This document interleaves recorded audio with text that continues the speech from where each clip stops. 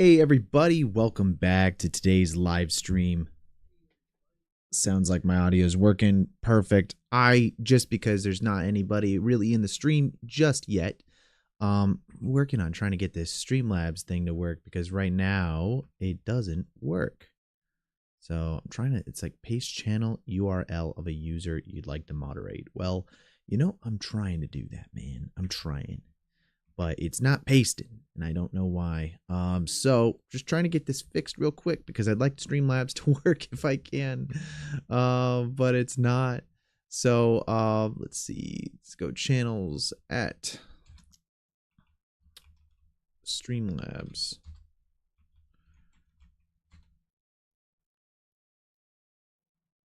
Is that it? No, it's not. You can't paste things, which is against what literally they say to do in the thing. Hey, Vatican Shotgun, welcome in. Hey, Marvin Studios, how you doing? Good evening to you as well. I'm just trying to get this thing to work because for the last couple weeks, Streamlabs hasn't been like responding or anything like that on the thing. So I'm trying to get it so that it actually works. Let's see, we add Streamlabs there. I don't know.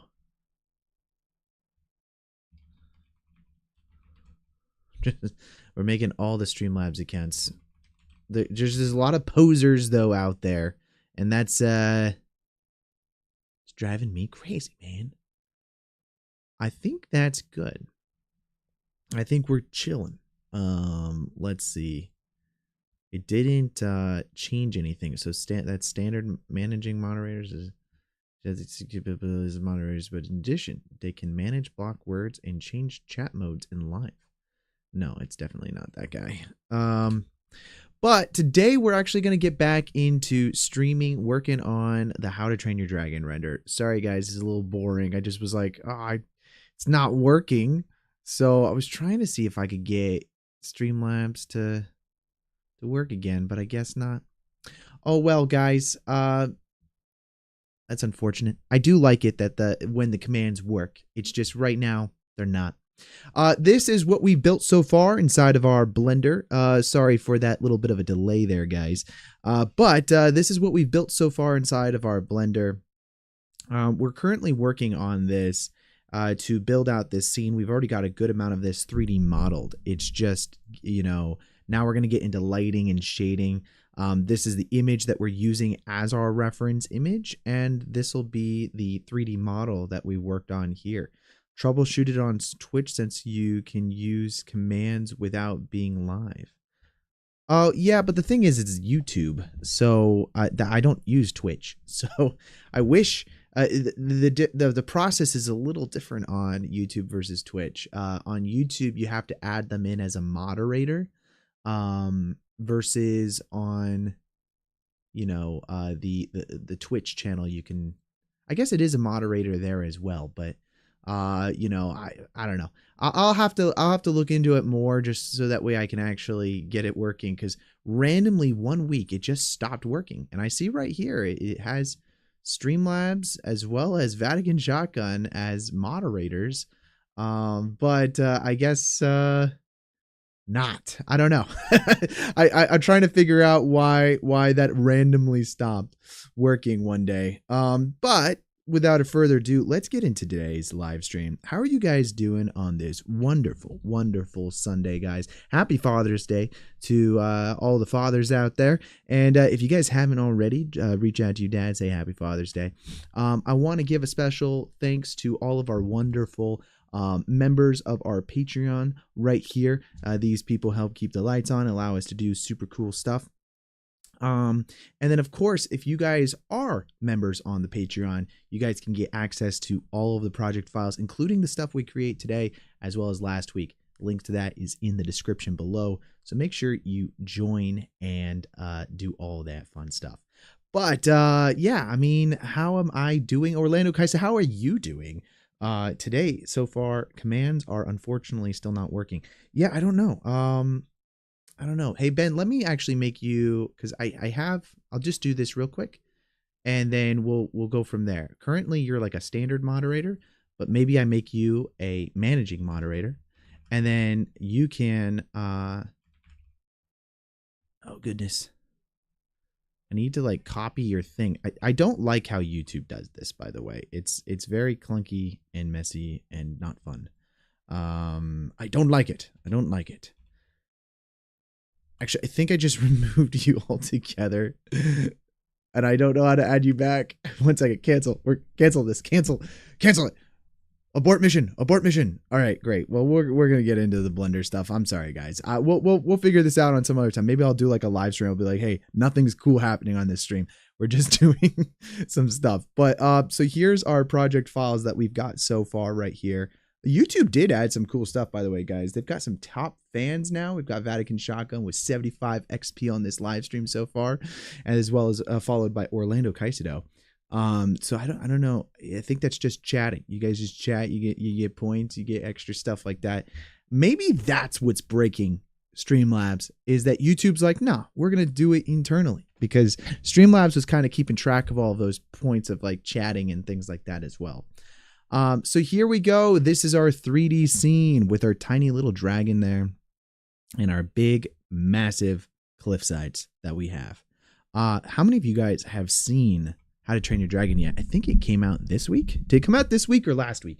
I watched it last Sunday, which is why I wasn't able to live stream. They had an early screening of it at the Visual Effects Society.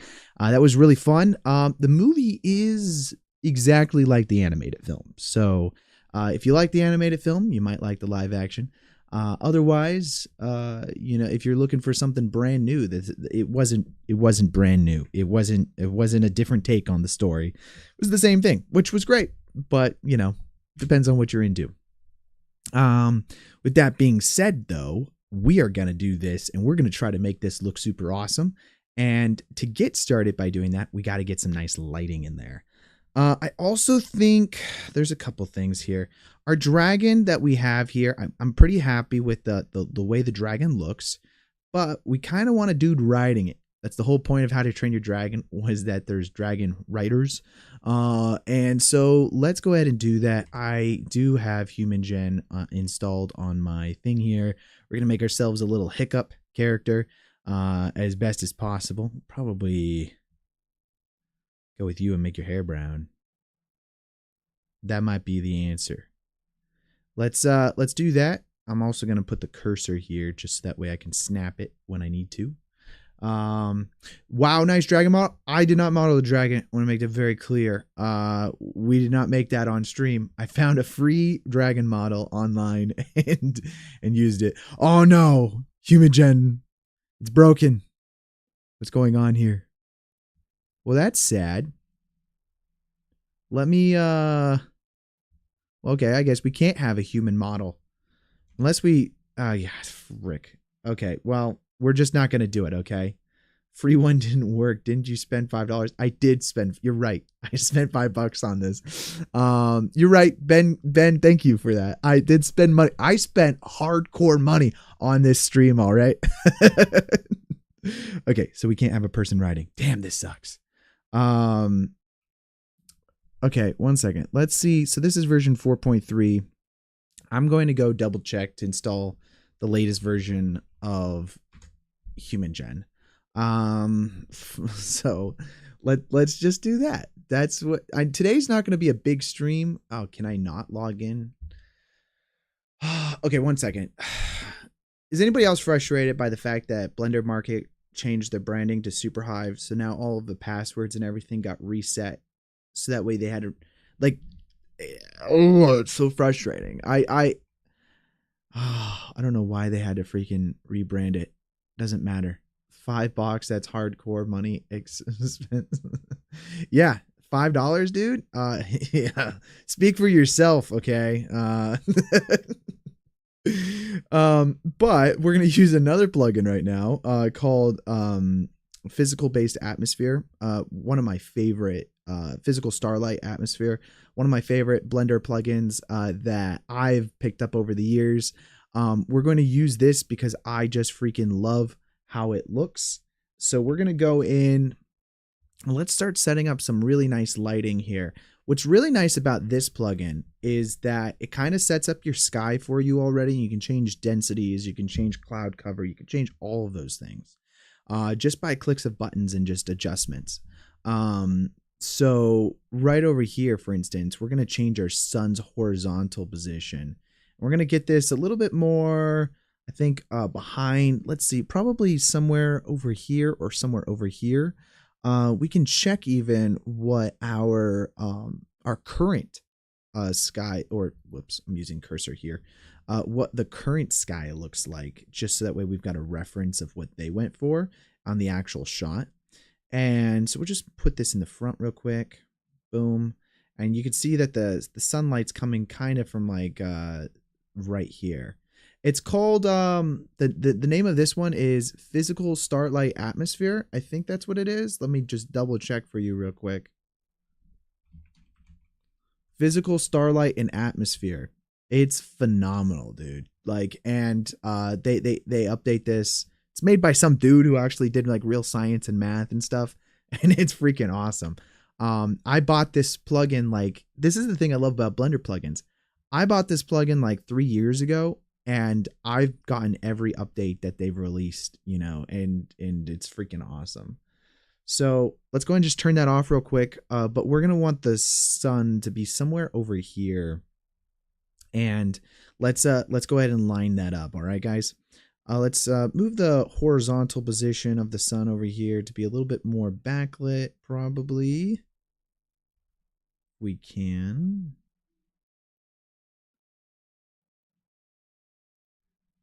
One second. This is a little hard to see. Sometimes I like to, when positioning the sun, just go over to Eevee real quick. That way I could get the settings really fast without having to, you know, adjust things and see it load very slowly. So let's just do that. There's our sun. And then let's just go a little bit lower on the vertical scale here. Oopsies. It's really moving quickly here. Probably something like that. And then now we can go in and we can adjust some of the density settings and whatnot. I think right now, I'm just swap this back over to cycles again. Save, let's save incremental here. So that way we're on a version 2. I always forget to do that to up the versions, but okay. This is pretty backlit, which, you know, makes sense. We're going for kind of like that silhouette-y look. But I think the density is just a little bit high. So if we go into our atmosphere settings, we can actually lower the density here to be something a little bit lower. And this is going to give us a little bit more light to play with. I might even go a little lower than that. Let's just see how low we can push this. Probably do 0.6. That's pretty nice. And then change the horizontal position here ever so slightly. Because we're on such a long lens here, we're not getting a lot of maneuverability of where we want to be able to have this. It's going to snap pretty quickly just because of how far away it is compared to how close our subject is. The other thing I noticed inside of this render here is that they're not really playing with depth of field too much, though I believe that we're going to want to. Oh, by the way, it's your reminder to make sure to hit that subscribe button and hit the like button below. It helps the video get recommended to more people and get some more people engaged on it. Let's go ahead and add in a plane focus here. Now, I already kind of organized some of the stuff over here already, so I'm just going to place this under camera, and we'll call this one focus. And let's select our camera now. And if we go to our camera settings inside of our properties, we can find depth of field. This is going to be the tab we want. And let's just find focus. And once we are in there, let's go ahead and just change our depth of field here. You can kind of see it already updating everything else. We don't want that super tack. We're mostly focusing on our dragon here. We don't really care as much about the background. So that should be good. Now let's start messing around with the sky. First of all, let's start adjusting some clouds. We want a lot more cloud cover. Right now, we only have a couple clouds in here, but I want to adjust the clouds and get some more. So if we adjust the scaling now, I think if we make this probably somewhere, just see, I like that. And let's grab this detail here and make it super detailed. Let's see, the thickness is set to 15. The darker that is, that's pretty cool. I might want it to not be quite as thick. I like to have more clouds, but more like transparency on that clouds. And this minimum cover here is where we're going to try to play with this and get a little bit more control over the amount of clouds that are covering everything. And then let's add some dimension to this, or remove some dimension.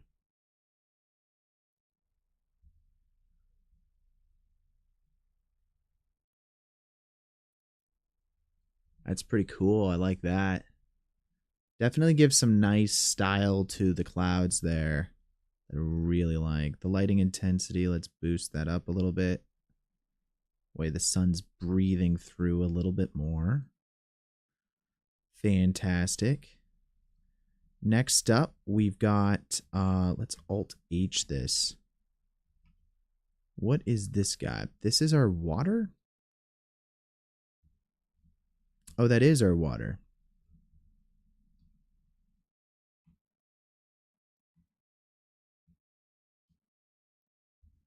I forgot that we made it a box. I was like, what is this big cube that's sitting out here?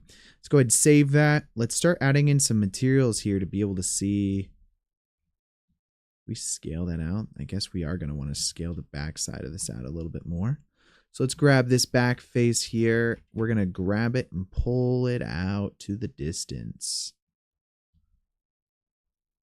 And then I'm just going to grab this edge here and make sure we're covering our bases. Fantastic. So much weird clipping. When Blender gets like really big objects, it starts to do this like weird clipping thing. And you know, I'm not a pro at like figuring out what numbers I need to use, but I found that like sometimes you can mess around with this to get the exact. There we go. Like, it's a lot better. It's good for me. We'll keep that for right now. The only thing I'm concerned about is when we go over here to our dragon, how far can we zoom in? Oh yeah, we're great. Okay, clip speed, clip distance on the start is what we needed to adjust. Okay, great. Now we have this. This is our water. Let's create a new material for this water. And the trick with the water is that we don't want to simulate water. Simulating a large body of water like this would be insane just for a render. So it's a lot easier to make these adjustments ourselves. Also, 1 second, let's just real quick set the end distance here. Are we able to see all the way to the end of that? If we are, let's just make sure that this is a real problem with the backside of the ocean. How far away does an ocean need to go in order for you not to see the end of the ocean? Huh? That is a quandary of the day here, guys. Let's see. Let's also add in another 3D cursor over here, and we want to add in a little bit of a horizon. So let's go to Mesh, Landscape, scale that guy up. And let's put that at the edge of our water.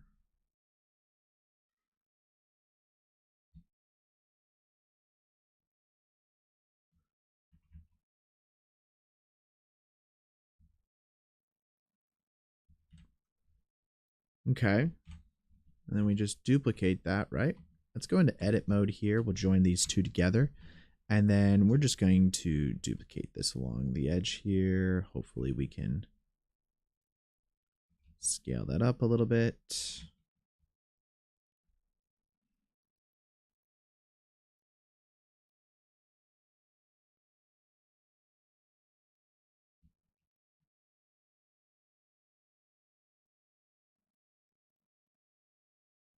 Beautiful.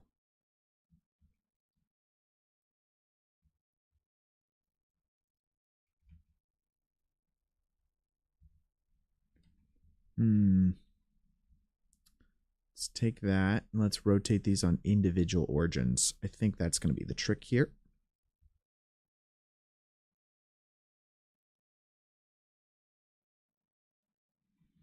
There we go. Now we've got a bit of like a, it feels like more, what do they call that? A cape? No, they call that like a bay or something. I don't know, but it's going to go over there. That's all we know.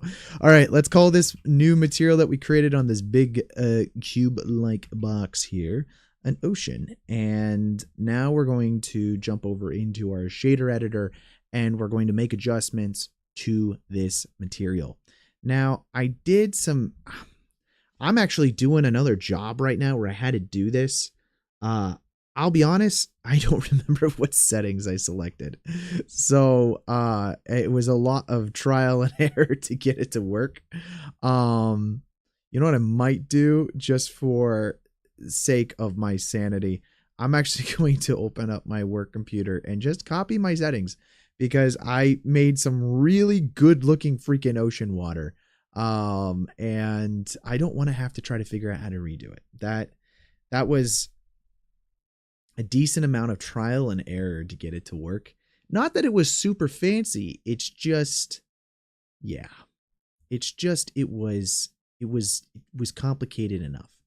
All right. So we're going to start with our water here. I think the base color itself was just like a nice blue, probably a little bit darker, just to get that going. And I got it pulled up here just so I can be messing around with it.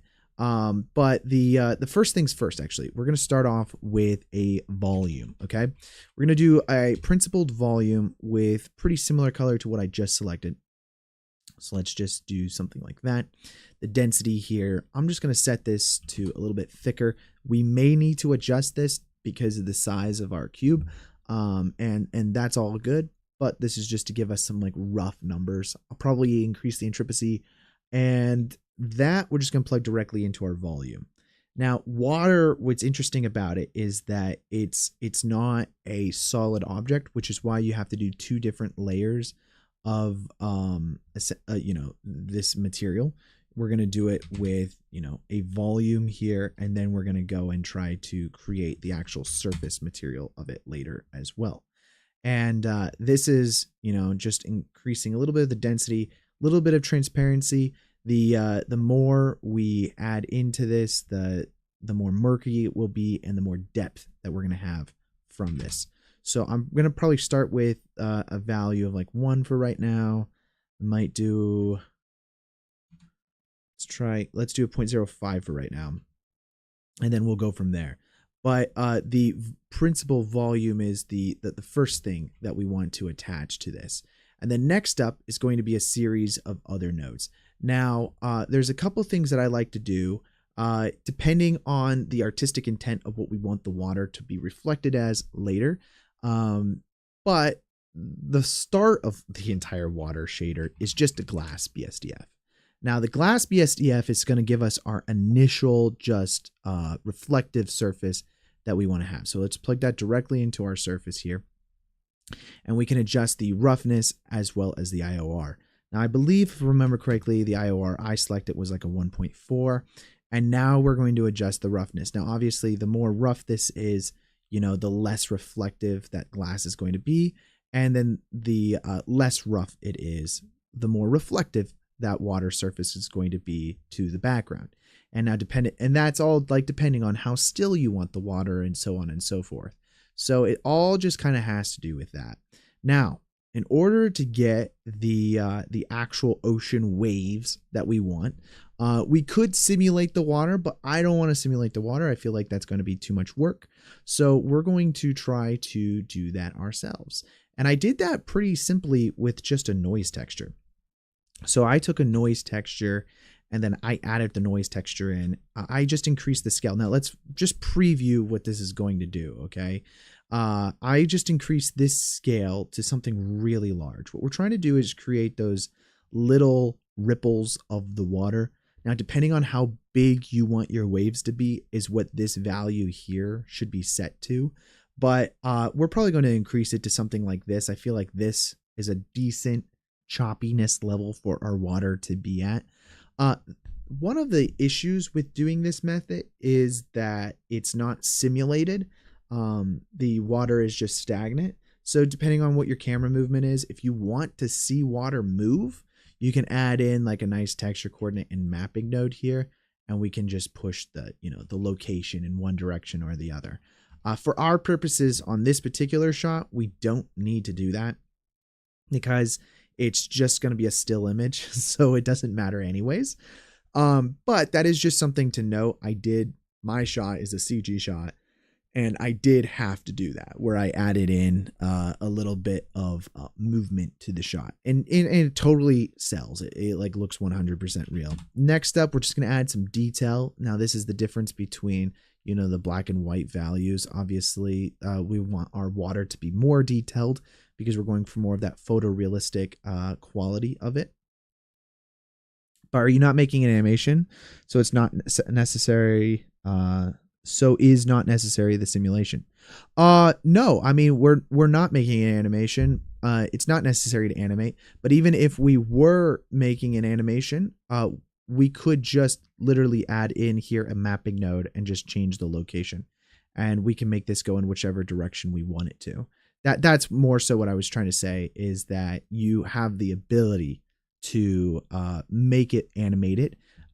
It's just not going to simulate in the sense of like if you wanted somebody's hand to go splash the water or something like that, the water will not react to that movement. So this is just a general body movement, and then we're going to get more into the actual contact points of the coastline here in a minute. But just wait, and we'll get to that point. Couldn't you change it to 4D and use W value? You could. Yeah, you could totally do that. This is just the way that I prefer to do it. I mean, you can do it many different ways. I found that this method worked totally fine for what I was trying to do. You have a lot of different options, the ways you can do this. Next up, I did think that there was a little bit of distortion that I wanted to add. This just made it look a little bit more like water. I found that just adding a tiny bit, not too much, because the more distortion you add, the more swirly it becomes. But water doesn't have as much of like the rigid mountain effect that you have on it as it was coming in as. So those were some of the settings that I found to work really well. Obviously this is not going to give us exactly what we want, so I'm just going to drop in a color ramp just to make it so that it's a little bit more temperate in certain areas and a little bit more choppy in other areas. Just depending on how much you want to adjust that by.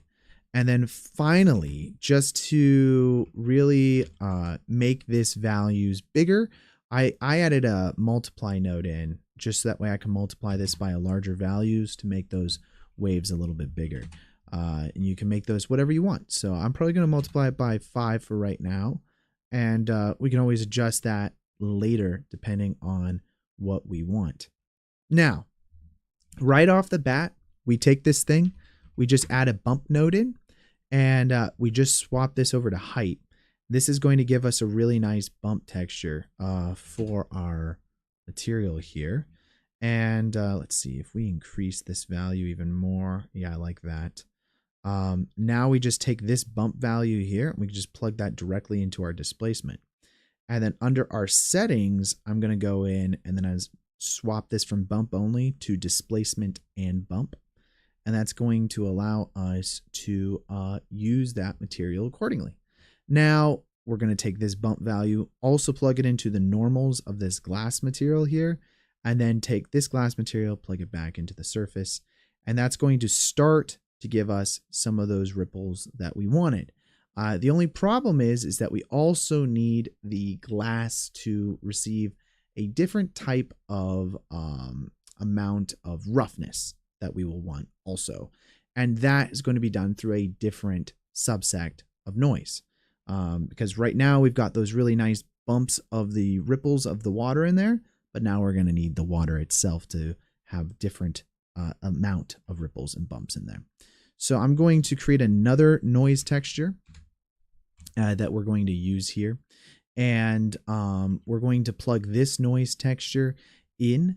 I think a smaller value on this one will work a lot better with the same luminosity settings. I'm going to keep the distortion set to 0 here. And then we're going to add in a nice color ramp. Let's go ahead and preview to see how this looks real quick. So if we go view that real quick, this is going to give us those nice bigger waves that we want to have. And so I'm just going to increase this to something like that. I do want to add a few other just different values in here. I found that creating like this custom amount of dispersion that we want to have works really well for creating those bigger subsects of water that we'll want. And then I'm going to just create another noise texture as well. And we're going to plug this in as well. This one is going to be a lot bigger in size. So we're just going to, let's just try using a huge value. Maybe a couple less zeros here. 900. I think that works really well. Really nice large value. And then I'm just going to keep all of those other settings as so. I'm going to use a mix color. And we're just going to use this here, plug this into your factor. Okay. And so basically what we're saying is everywhere that is white, we want to use this noise texture here. And everywhere that's not, just make it white. So what we're doing is we're creating certain ripples in certain areas and certain smoothness in other areas. And that allows us to customize the amount of roughness that we're really passing all the way through here, right? And I find this works really well by plugging this directly into our roughness and just going to preview that glass real quick. And that's pretty cool. So now we're going to have certain areas that are a little bit more rough than others. And this is where I might want to make some adjustments. Let's make this a little darker here. Oh, whoops. It's this that we need to adjust.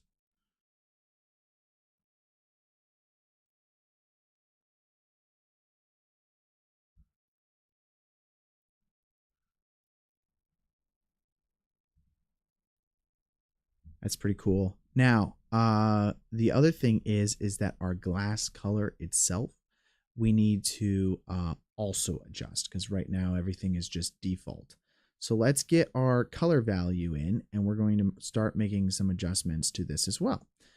First of which, we're going to use another, we don't want a consistent blue because if we just made this blue, then everything would be blue and it's the same shade of blue. And let's just select that real quick. Whoopsies.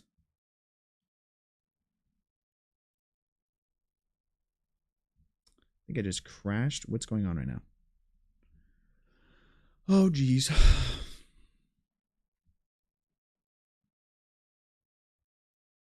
Hello.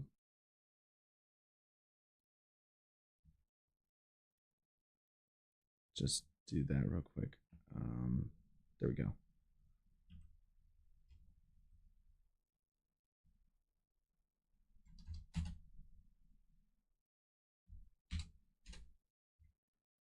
I think I zoomed too far out. That was what the issue was there.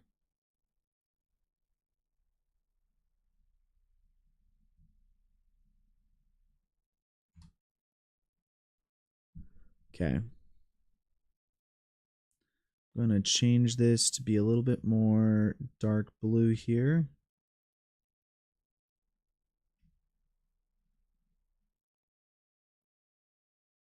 Let's just see how well that comes out. And then let's just see what this looks like without the roughness there.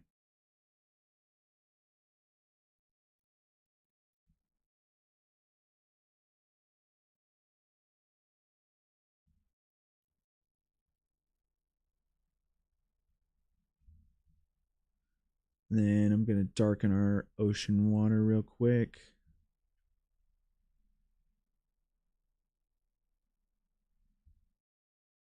And then we change this density value to a little bit higher.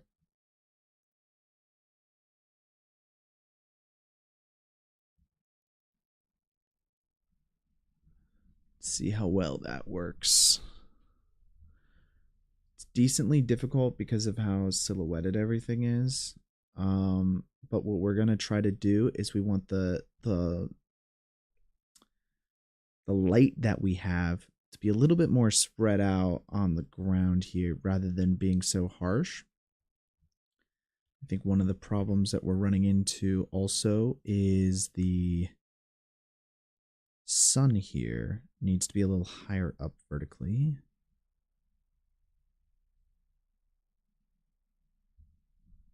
Let's try that. Whoops.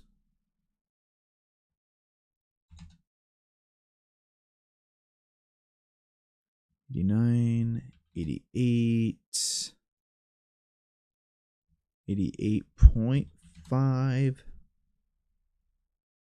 Oh, I like that. A little more golden hour there. It's pretty nice.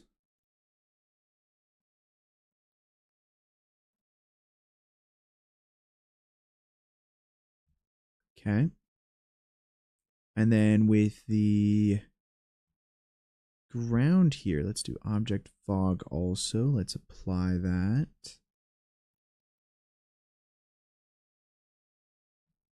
Beautiful.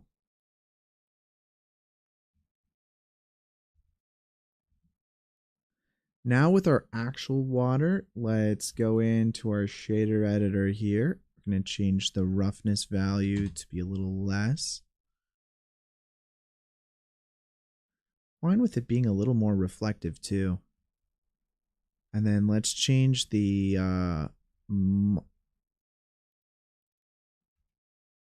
what is that?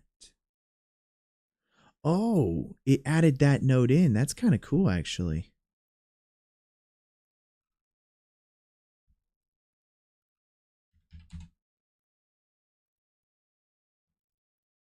So the more rough that is, the less the sun's going to bounce off of it, which also kind of, let's do that. And then the alpha here, what if I adjust this value, what does that give us? One thing I do want is that as we are getting further away from the lens, let's use a Fresnel effect here. We can use a color ramp on this Fresnel to really see how this is looking. But as we're getting more to the side of this material here, I want the distance to have a different material associated with it. So let's use a principled BSDF here. This material then will get used on the surface. Let's move this output material further away. Let's use a mix shader node at this point, and using kind of this color ramp, we're going to want, oopsies, not that. Let's use that down here. I just need more space, guys. Let's move this principled BSDF further down. And then this is going to give us more of like a yellowish kind of tint on the shader. That's going to happen off into the distance here as the ocean is hitting that horizon. I think that works really nicely. We adjust the roughness here. We can also get more reflectiveness as we're getting off there as well. The sun, a little hot still. So let's change some of that. Density here, if we increase the density, or you know what, let's change the intensity.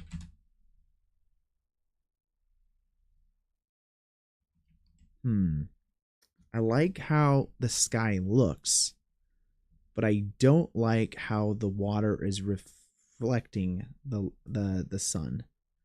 That's not working too well for me. I almost want artistically it to not. Let's see, distance scalar, what does that do for us? It's actually kind of a cool effect.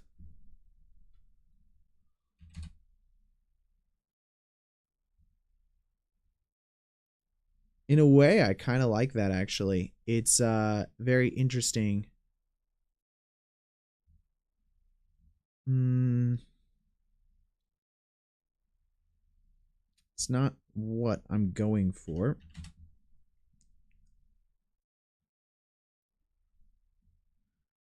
Let's do that. And let's go back over here to our color ramp that we have. And we want this to... It needs to blur out more. It's just not quite... This is one thing that kind of annoys me sometimes with... is that there's not really a way to feather this more. I wish there was. I don't know a way to feather more.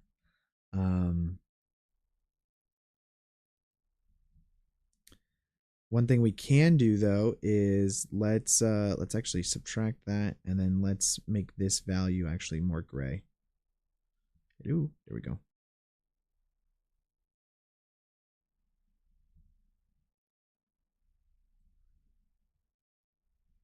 Nice warmer horizon there. And okay. Our in distance here, let's set that to 0.7. And then let's adjust the roughness here. And then let's also adjust the multiplication here. This is a little high maybe.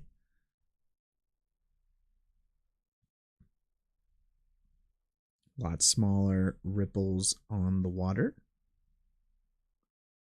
That sun is just very, it's like clipping everything, and I'm not a fan of the way that looks.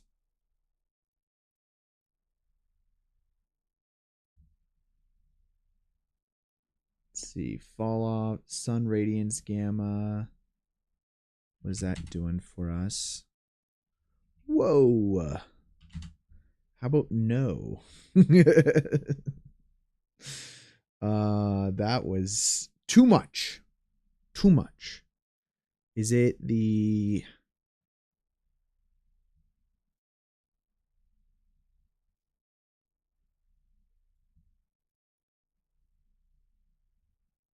We use multi-scatter still, I think.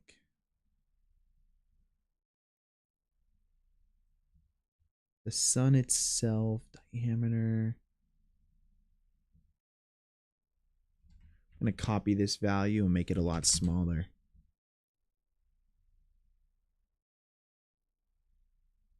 If we get rid of the sun disk, do we still? Yeah, we do. Okay, so what we want really is to keep that to look the same, but then the actual intensity here, can we halve this? Divide by 2. Divide by 2. Divide by 2. Just keep dividing it by 2 until I get something I want.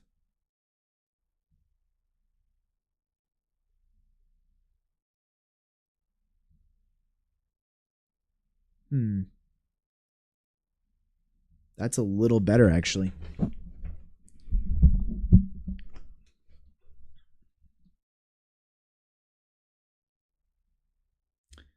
That's pretty nice. I want to, let's just do this. Let's create a new preset here. And we're going to call this, what is today's render? No, I'm just going to call it how to train your dragon. Wait, how to train your dragon? How to, HTTYD V1. Let's do that real quick. It's a pretty nice preset, but I want to do a couple other ones just to see how well they look.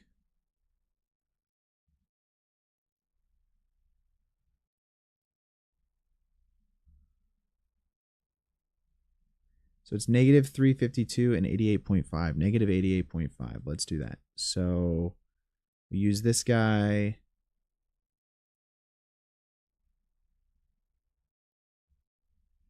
I guess, does it make sense that the water is blown out?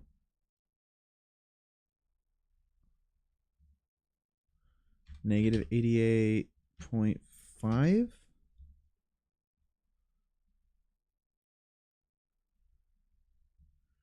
I gotta say, I like our version better. We'll just have to...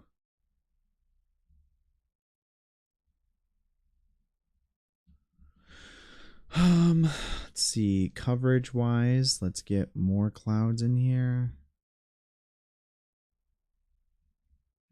It just changes the overall ambience. I'm not a fan of how much the sun or the ground is blooming.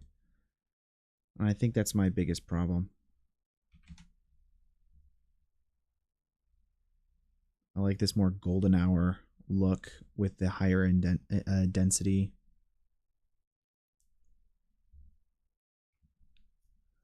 Yeah, I like that a lot better. Okay, so for this back here, one of the other things that maybe I don't like about it most is how it's just like a bit of a straight line. Yeah, the golden hour, I agree. Orlando Caicedo, definitely golden hour.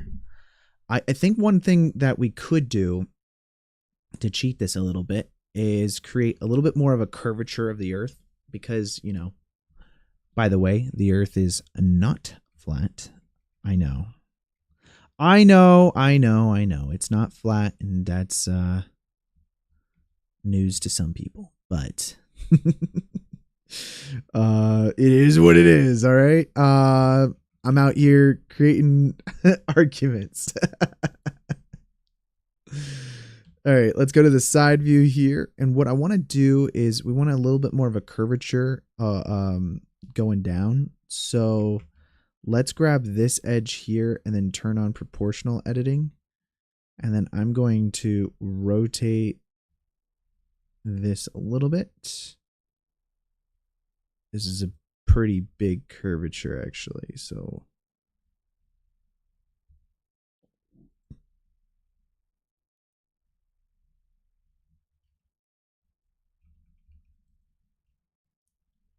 let's turn off proportional editing here. I feel like I may have screwed it up a little bit. It's fine, though. So the water is going down like that. You're lying right now. Take it back. I can't take that back. It's now cemented into the lore of the Connor Thomas YouTube channel. All right, we're going to save that. Next up, I'm going to add in, this is what I did on my other shot. I don't know. This might be cheating, okay? But at the same time, do I care? No. But let's go into here. We're going to use this color picker tool here. I'm going to scale this up just so I can see where it's pointing. It doesn't really matter what the scale of your sun is, though. And we're going to increase the intensity here. Pretty hot, all right? And then now what we want is it only to work on the ocean water. And so we're going to go back over here into our object settings. I'm going to throw this sun under... Oh, we don't have a collection for it? Well, say no more. We just add another collection called lighting. And then we could throw it in there. I got to figure out where my... There it is. Starlight sun. Yeah, let's grab this guy. And now let's just boost ya, brother. Super hot. Super hot. And we'll make it so that it's pretty intense. Okay. It's pretty intense, but we only want it to be intense on the water. And we could do that by going to our light linking settings on our sun here. Let's see, where is that under? Object settings, visibility, shading, light linking, collections. Okay, great. And now we have our ocean. Let's just make sure that that's selected. We're going to create a new collection under here called ocean. And let's select the water, throw it under it. Now, select your sun, go back over to your property settings, light linking, and we're going to find ocean. Boom. Now we can adjust just the ocean water. And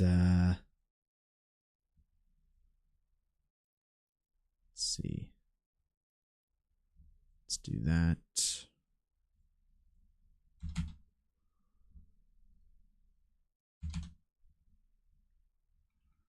This is really insane.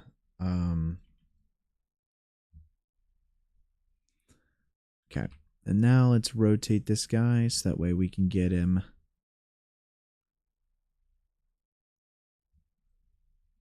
What am I doing wrong here? I feel like I'm doing something wrong. Maybe I'll use an area light.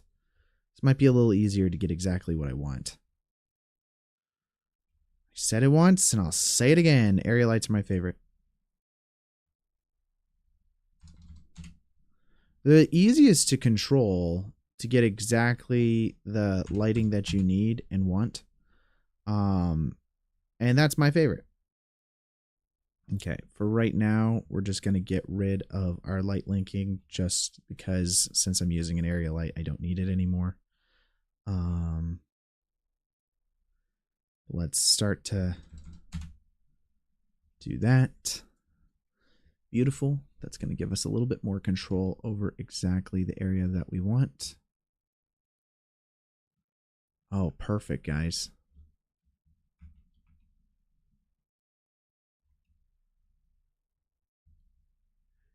And then now, let's just decrease the spread. How do we feather that edge? I feel like we can.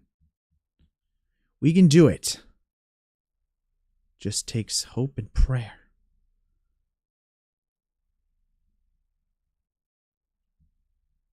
I might be just like completely wasting my time. But that's what these live streams are all about. By the way, Connor, did you already see Predator Killer of Killers? No, I haven't.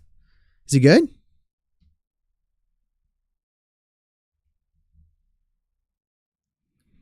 Okay, as you can see, I kind of just lined that up there. And it's going to give us the ability to add in a little bit of a nice like orangey kind of like haze effect to the outsides of this real quick. So now if we make that a little larger and then make this a disc instead of a square, that'll look a lot better. And let's bring the intensity down on this.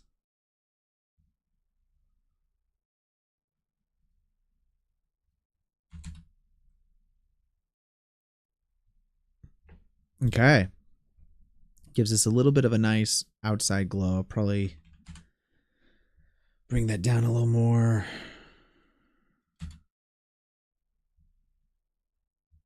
Oh, that's nice, actually. Just finding the happy medium between these two values here is the trick.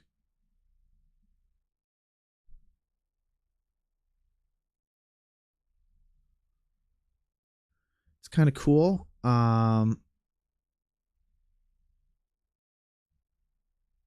Let's do... Oh, okay, I got an idea, guys. Let's scale that out. Rotate that.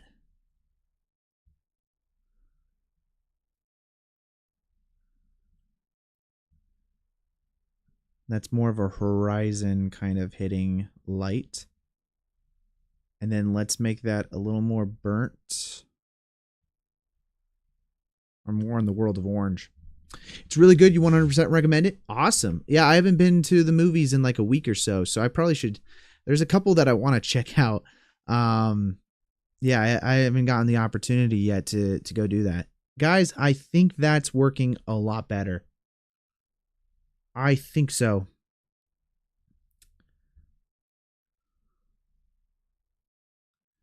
Let's do that. I'm going to duplicate this again. I'm going to scale it in this time, and I'm going to get a little bigger of a light here.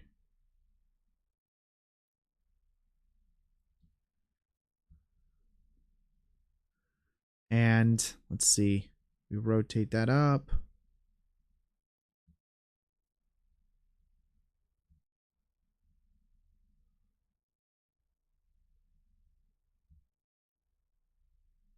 A little too far. cool effect. Like it's got like a little bit more of a cuff there that I kind of like. Nuke rotoscoping, nuke character modeling, and I'm having my exam day after tomorrow, please. You teach me? You teach me? Oh, can you please? There we go. That's the spirit.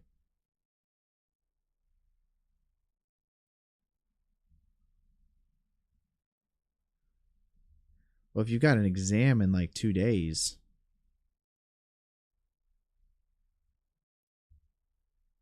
Why'd you wait till 2 days before your exam to learn? I would say my recommendation is if you actually do need assistance, go to our Discord, links in the description, and there's a lot of very helpful people there that are very willing to answer and help you with any questions that you got. That's the best way to do it, I think. And link to that is right down below. 100% recommend joining the Discord if you guys are new around here. A lot of very talented artists are on that group. That definitely can help answer any questions that you might have. I think that's pretty nice. I like that effect there. One thing I really want to do now is let's go to, we don't need the ref actually. Let's make sure that ref isn't on. Thank you. One thing I'd really like to do is add in a little atmosphere to see how the world reacts to that. And then we can start to add in some more lights to light our characters and some of these rock surfaces to make them really pop out. So with that being said, let's add a new collection in here. I'm going to call this FX. It just really makes it a lot easier to have an effects layer that you can turn on and off rather than trying to, you know, always have it on. We're going to just take a cube in here and let's just scale that guy up. And I'm going to grab, let's go here and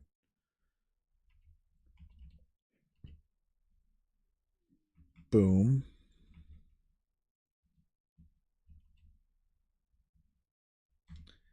Boom. And let's see, we'll go to our material now for it.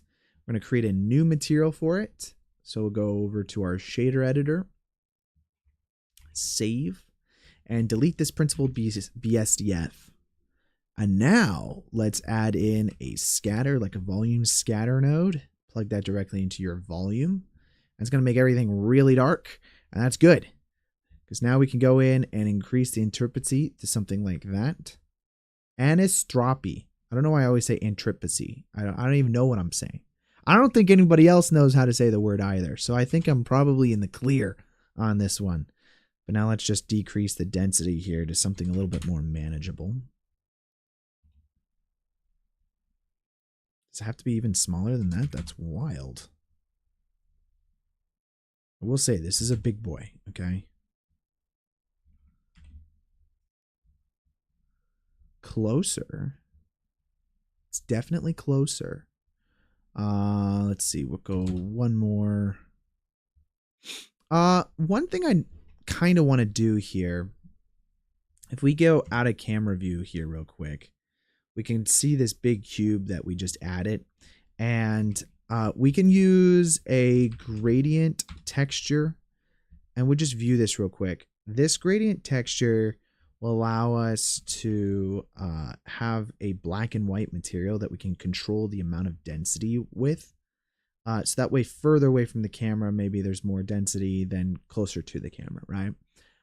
So if we use something like, say, UV generated, let's see, what is it doing with generated? I guess it's completely sideways here. So if we just rotate this 90 degrees, that gives us a bottom to top, which actually bottom to top is kind of a good one to have. So let's duplicate this. And then let's rotate this back 0 degrees. And then let's preview this guy.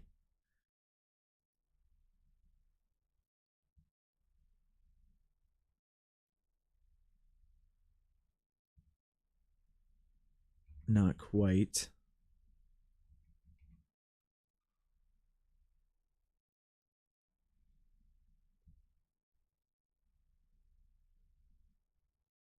Just rotating very strangely. Let's use the object.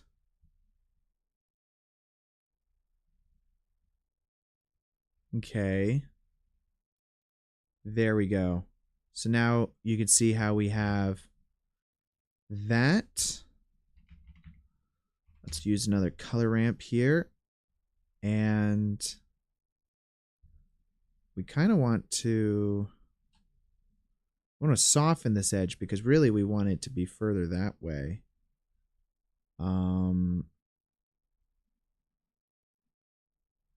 We don't want it to be so harsh is what I'm trying to say.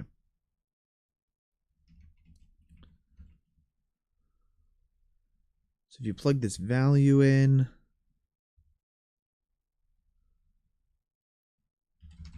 let's make that a lot smaller. Is that going to be what we want? Do we want it to be a lot smaller? I think we do.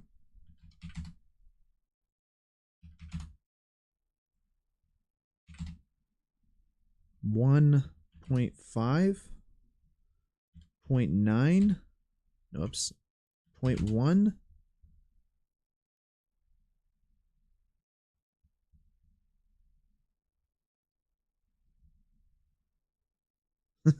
You see that, guys? So it's like, okay, we're getting there though. 0.01, and then we just make that a little smaller. Yeah, you see that? Okay, great. So now we've got this value from here, which is black, to a higher value of white that's further away. That was a lot more complicated than it had to be. Sometimes these like orientations of like shader, like mapping things inside of Blender can be a little tricky, but what this gets us, I'm very excited to tell you guys, is control over the density from where the camera's located to further away from the camera. We can actually use this by plugging this value into our density control of our volume scatter. So now we unplug that, and then we plug this. We'll use this later as well. But this volume scatter will now allow us to have more volume further away from the camera. And we can kind of offset this whole thing by using either actual values that we want to plug in. So like the white value, it's never going to be a higher value than, let's say, we knew that we didn't want anything bigger than 0.001, right? So we could do that. So the white value, let's see. Technically, it might be the black value. Do I need to invert these?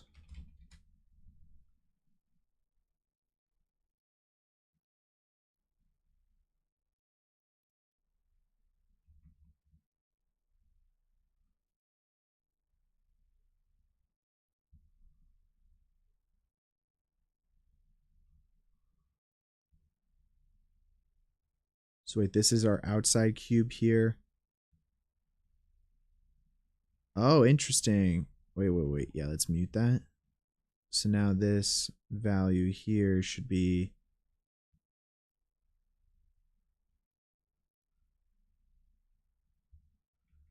Okay, great. You see how that is more dense there? Beautiful. That's exactly what we wanted to control. So that's perfect. I've actually been saving. But good reminder. Thank you, Orlando Caicedo. You're a blessing. You're a blessing. So let's say that this black value here is correct. So there is no density that we want to have there. Theoretically, we could add in another value here that maybe is also almost completely black. This is allowing us to have kind of a little bit more of a fade in to the amount of density that we want to have, right? So maybe this is, a little bit further this way. And so then this kind of like fall off here is a lot nicer because then now it's more of like a cloud that's off into the distance there. We can also then lessen the amount of this as well. So, you know, maybe it never gets like fully cloudy, right? Might want to do that. But now if we go back out of camera view, we can really see kind of what it's doing here. This value here, again, it's a little hot. We're not trying to add a lot of density. We just really wanted the density to exist only further away. Now, one thing you'll notice is that there's this big square blob that's happening on it as well. And that's because of our area lights. So if we go back over into our lighting, we can actually see our two suns that we created here. If we go to our object property settings for this and we go to visibility, it's going to be using volume scatter as well. So all we have to do is just uncheck volume scatter for the both of those.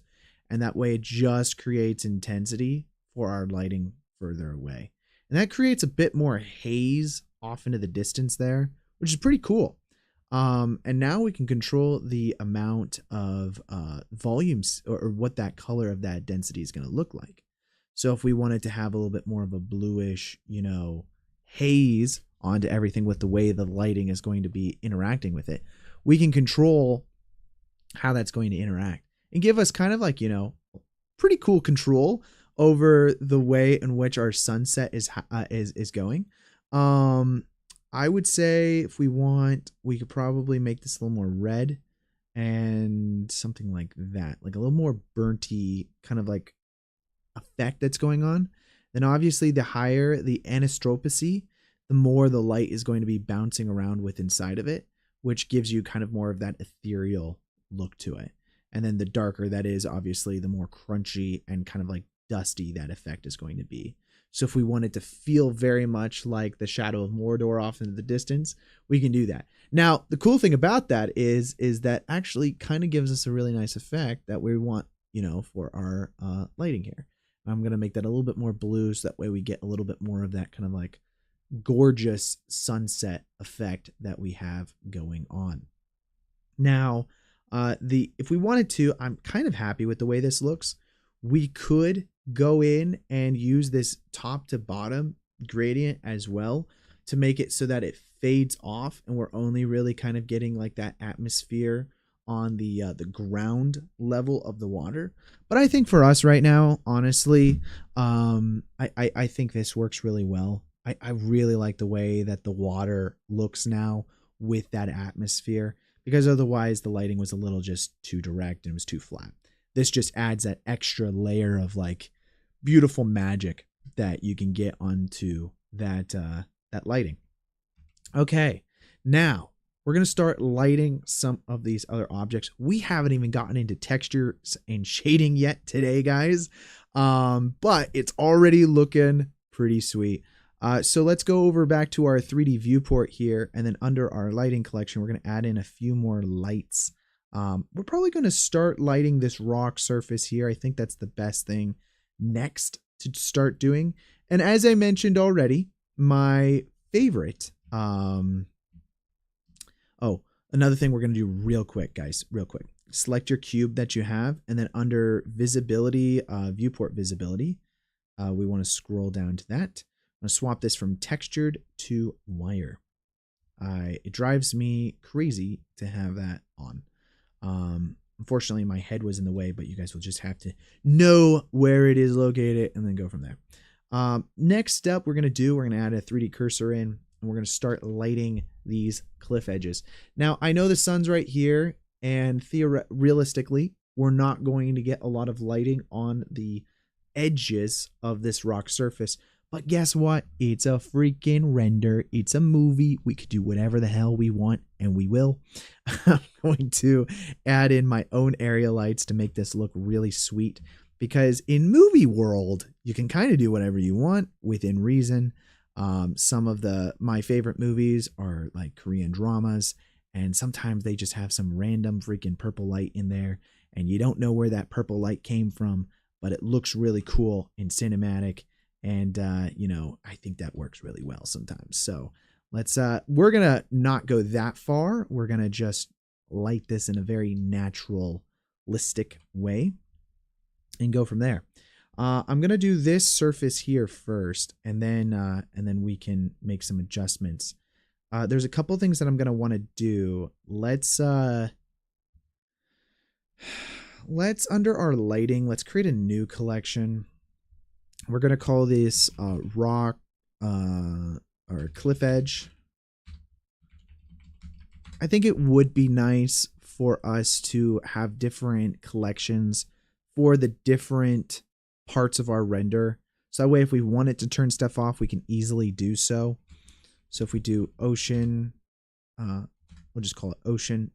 We've got all of these different suns in here that we're going to move over to that. And then let's see, this area light here, we're going to throw in a cliff edge. And then this general, we'll create a new collection that we'll call Omni. And Omni, we're just going to throw this massive starlight into that. So now we're going to be adjusting our cliff edge lighting that we have. And because of the size of our scene, we're going to need to add in a few extra zeros to these guys. And as you can see, that light is starting to come in here. Now, you can see that we have like some really nice 3D like, you know, edges that we sculpted on this thing that we're really losing because of the silhouette, but we can add back in. And I'm just going to make this a disc so that way we're not getting a rounded edge here. And then we're going to make sure that it's not affecting the water. We don't want the water to have any sort of lighting adjustment to it. So let's go into this thing here, and we're going to find our layout setting here. We have oceans, and then we've got rock. I'm going to create a new collection, and then we're going to call this cliffs. We'll take our rocks that we have here and throw that under our cliffs. Okay. Now the reason why we want to do that is so that way under our light linking for our new area light that we have, we can go select cliffs, and now it's not going to affect that part of the water down there. It's only going to affect this up here. If I delete that, you'll see that sure enough, the lighting doesn't change like it was before. And I think, yeah, you can see how it lights that water up ever so slightly.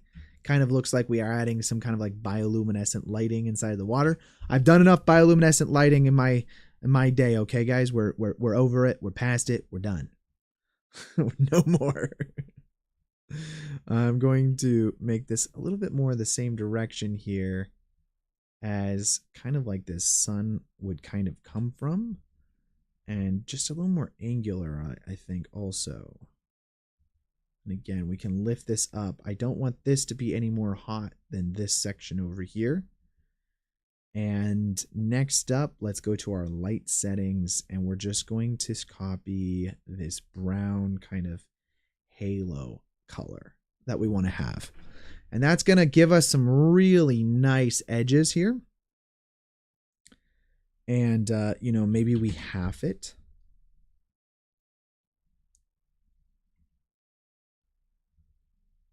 Doesn't need to be super overt. But that's pretty sweet. I like that. And we're just going to duplicate this a couple times. Now you can see how we're getting those edges in there, and we've got a lot more detail. There's no way that sun's hitting this part of that cliff edge, but it looks so freaking cool now that we've got that there. Just it adds so much more depth to those cliff edges than we had before, and it makes it look a lot more, I guess it's not photorealistic because we are kind of cheating quite a bit. But, you know, in filmmaking, DPs, if they can control lighting, they will. I'll tell you that. Wait a minute. First you tell me the world is not flat, and now you're telling me you don't follow realistic representation of light in nature? No, in movie making, we do not. In movie making, we make up our own stuff. So now that's our cliff edge there. I'm going to create another lighting source, another lighting collection, and we're going to call this character lighting. We'll just call it character. And I'm going to duplicate this guy. And let's find him real quick. He's under our cliff edge here. And I'm going to throw you under character. And let's go move you over to like where our dragon is flying. And kind of position you in a way where we can actually get some light out of you onto the dragon.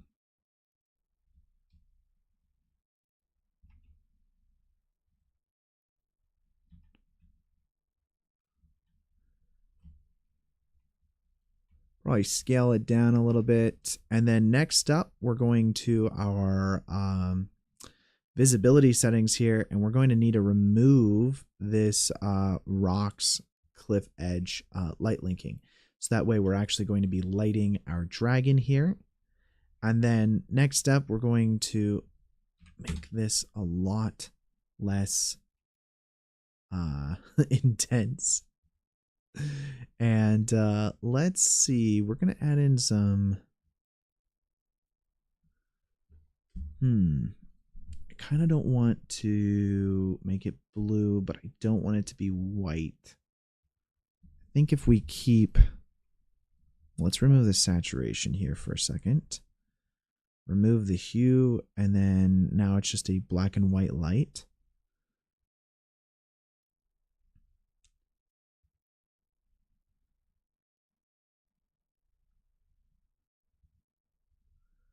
Let's do something like that, where we're kind of getting like a bit of a edge light onto our dragon here. Let's move it further back a little bit. And now that that's pretty subtle there, let's then make it a little orange to follow the world of lighting that we're in, because we don't want it to be too out there. We're just mostly trying to get those little extra light dots that we would be able to get onto our dragon here if the sun was positioned just perfectly. And we're able to control kind of like that light source a little bit. More orange. So that adds, it's still a silhouette, but it's giving that little extra detail in there that we are otherwise missing inside of the shot. Okay. Well, that's pretty sweet. I like it. I like it a lot, guys. I like it a lot. Let's real quickly, before we get into shading, we're going to create some water waves inside of our shot to take it to the next level. And also, real quick, let's go to camera view here. I think we turn that off real quick. 1 second. We don't need our background image anymore. Let's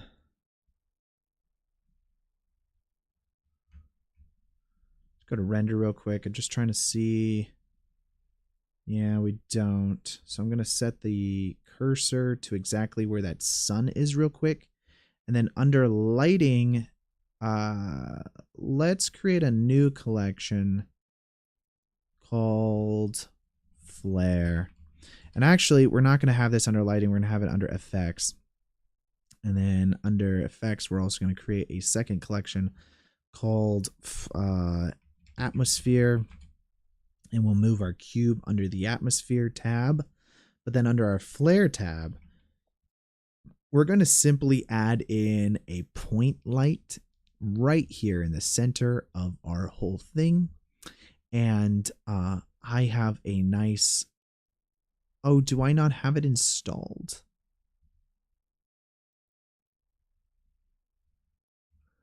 I don't have it installed, guys. Gosh darn it. Edit preferences, add-ons.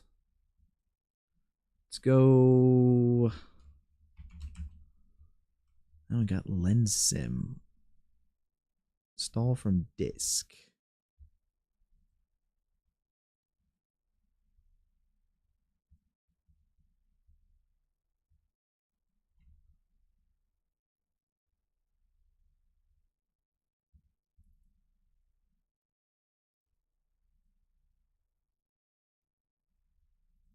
I I doubt this is going to work, but we can try it.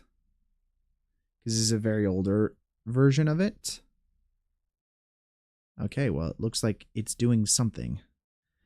Let's see how well it works, guys. Let's go with this anamorphic simple orange.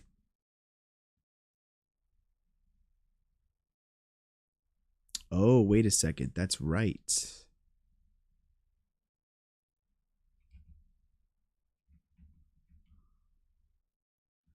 Okay, yeah, it's not going to work on this. It's not going to work, but it's fine. We'll comp in our lens flares later. I have to install lens flares. That's going to be a whole thing because I actually don't know what my password is to Blender Market because it freaking's not working right now. So we'll do that. We'll do that later. It's not a huge deal. But without further ado, let's add in some water to this ground here, guys. So this is our water source here. And because we're not simulating water, we are going to be wanting to comp it in ourselves using either shaders or something like that. There are some cool ways to do this. One of which is by using one of our sponsors of this YouTube channel, Action VFX's white water foam. I have been using these things like crazy in my other shots that I've been doing for CG stuff, and it's pretty awesome.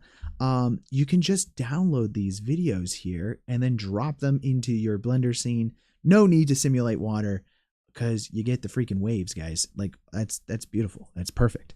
So let's grab a few of these and then we're going to start comping them into our shot. We just need them kind of around the base of our stuff. So I'm going to do like 2K renders here, but you guys can grab these. I believe there's a link in the description below to the Action VFX library, and then you just have to grab these white water foam materials.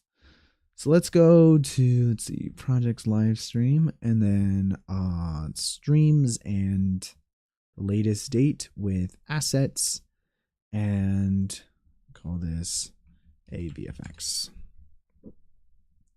I'm just going to get a few of these downloaded. So that one is from 6. Let's do 7.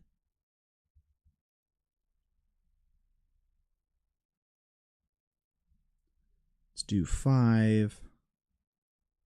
Might as well do a few of them, or maybe I'll get all of them. It's fine. And since it's still, we don't have to worry about looping or anything like that. Otherwise, I would probably take these into After Effects and try to make these loopable. That's what I did recently with some atmosphere stuff. You could take it into After Effects. You could take it into really anything you need, like DaVinci Resolve, and just make a nice smooth transitional effect between, you know, versions. Okay, let's just wait for that to download. Stretch break. Oh, stretch break. Ooh, by the way, guys, new shirt. You guys can go get this on my TeePublic's account. We've got some pretty cool merch over there for my latest short film that you guys have now seen, as well as, you know, my Dead Cow merch. If you guys want a link to that, I will let me just copy paste it real quick for you guys in the chat. But this is some new merch that I have up there, made by some very talented artists. And dude, I like every day wear my merch. And I'll be honest, the werewolf design was created by a very talented artist, Ryan Egert, who he designed the werewolf design. And every time I'm out in public wearing that hoodie or that t-shirt, I get compliments of people going like, dude, I love your hoodie. And I've never gotten compliments on anything I ever wear in my life. And then now I'm like, hell yeah, dude. That's how I know it's a good design, is by the amount of compliments that I get by wearing that stuff. But if you guys want to grab your guys' own merch, go ahead and go over to the store. I don't know if they've got a deal going on right now. They got free shipping, I think, is what they've got so far. But But yeah, I've had 11 other people buy the Bad Omen shirt. So guys, you guys go join it and be one of them. But otherwise, I'll stop sales pitching. I'm just waiting for this to download right now. We've already got. Let's see. Go to full download history. Got one downloaded. Do you take each roto for each frame in Nuke, or we do in single roto? Do we have to take each roto for each frame in Nuke, or can we do in single roto? You could do, well, I mean, you could do as many rotos as you want, but you could just do one roto, and then track it, or do keyframes every few frames with a roto node. There's multiple ways that you can roto inside of Nuke.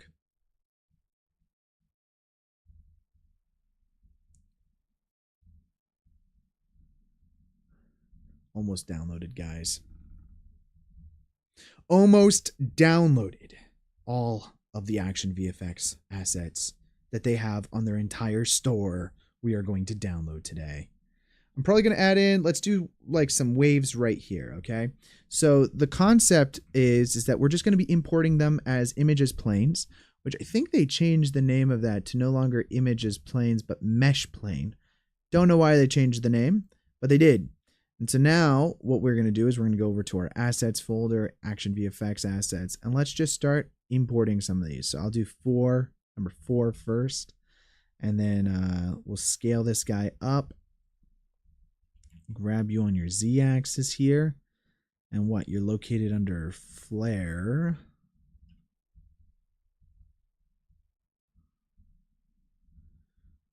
And we'll go ahead and place you under probably layout.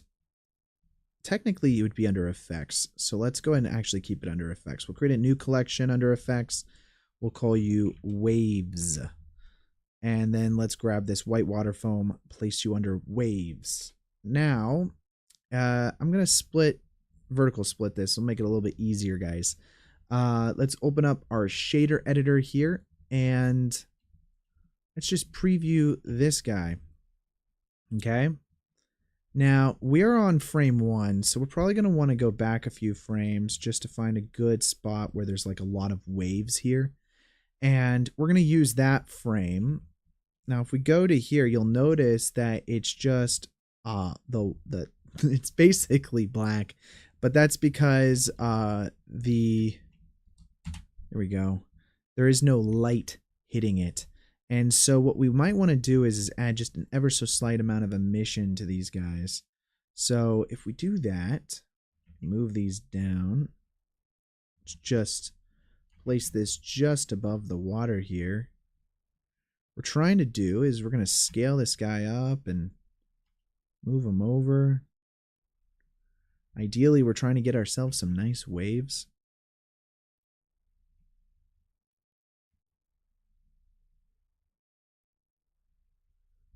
I don't know why.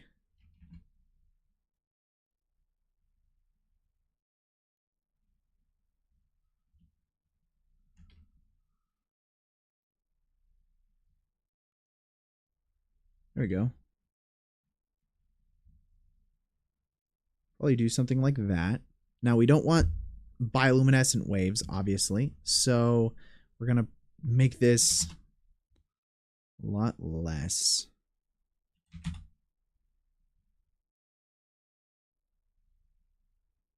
And let's change the base color here too to a different value. Let's make you a little more blue. Well, actually, it doesn't really matter. It's this value that we need to adjust.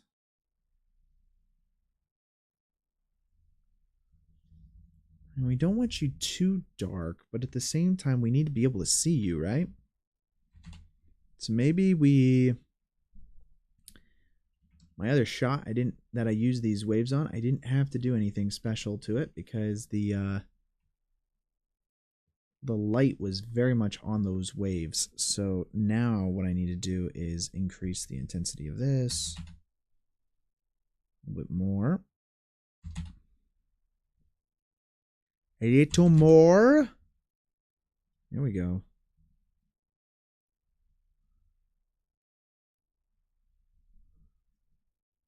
Okay, very cool. Just a little more ambient lighting that we're going to be doing here for these waves. But of course, we're going to go to our settings here and then make sure light linking is only on the waves. So instead of under effects, it's called, yeah, it is called waves. Perfect. So light linking waves.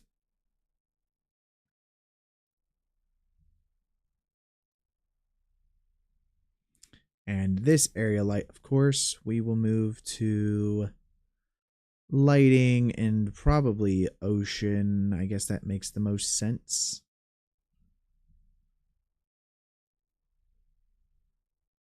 Or we can create a new one called lighting waves.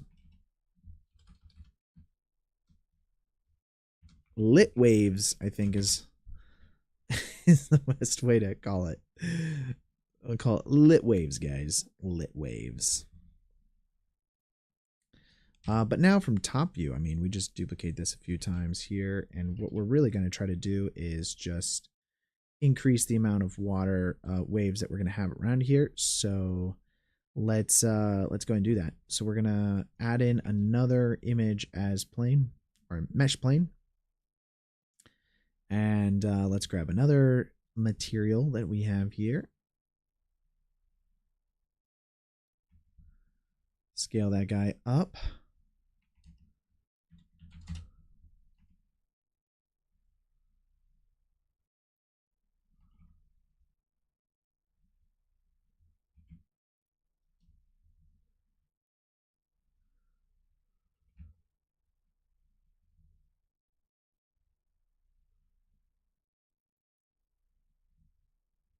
Probably something like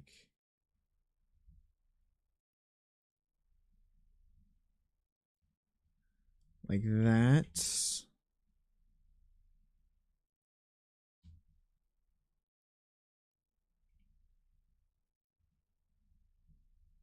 I'm just cheating a little bit the orientation of these waves, but don't really care because we are artistically telling a story here, guys.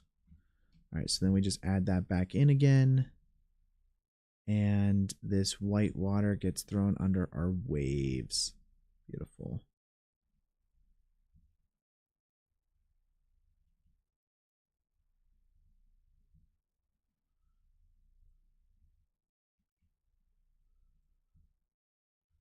Really not getting to look how I want it to. Just pull that further this way, I think. Beautiful.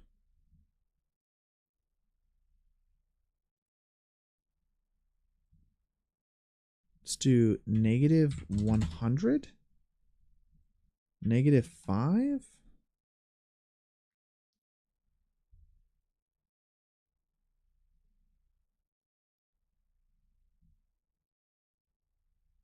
It's not really a good material, is it? Okay, let's go grab a different one. We want assets, action VFX. Do 7.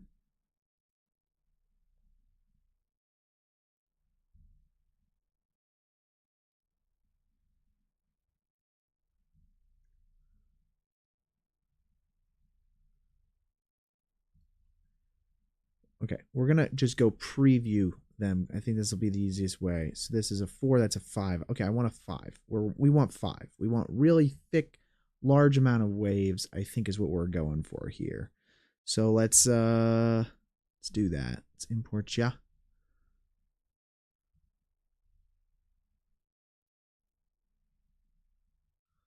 Gorgeous.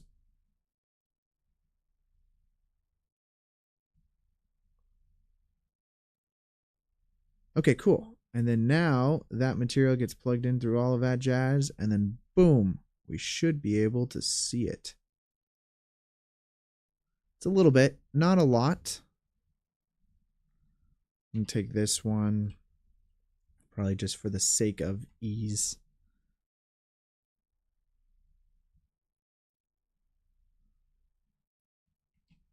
Let's do a couple more of these, I think.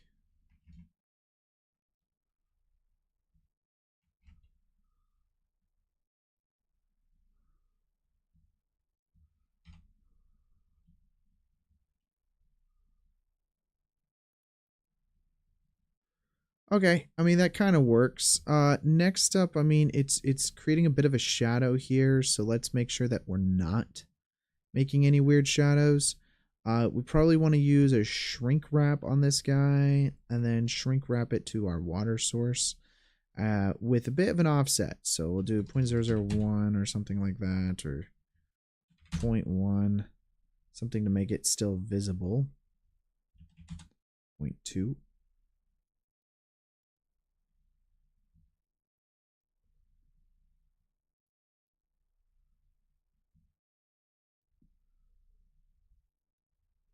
Getting a little closer.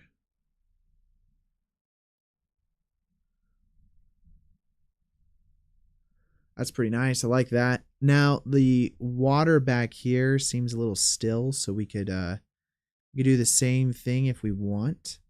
Um Probably will. Let's duplicate this guy and rotate him around. Let's see, we'll scale you out and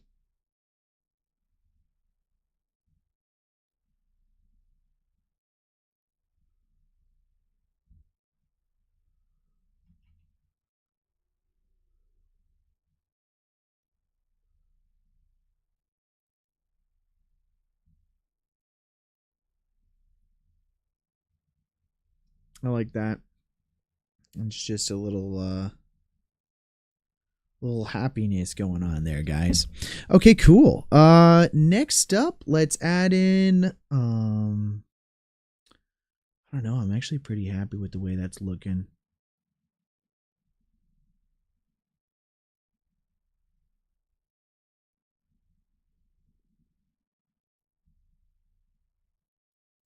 Yeah, let's do that.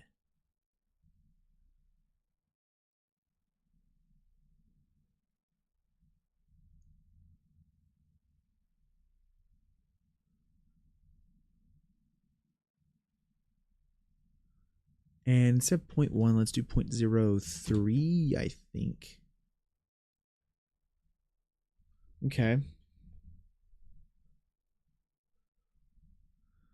Cool. Let's go ahead and save that. Um hmm.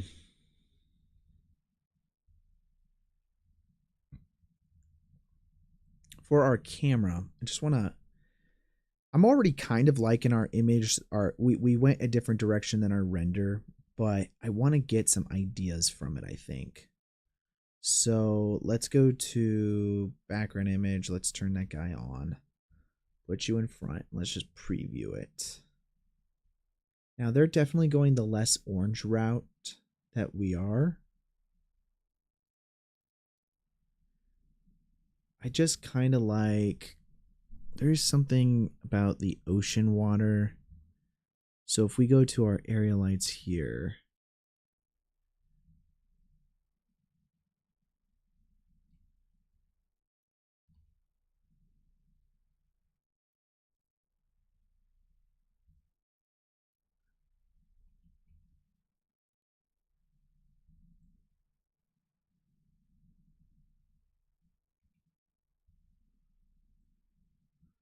I'm just trying to create a little more of a horizon. They have like this nice horizon thing going on here.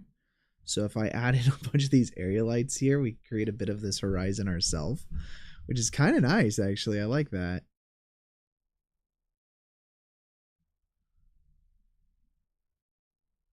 I like that.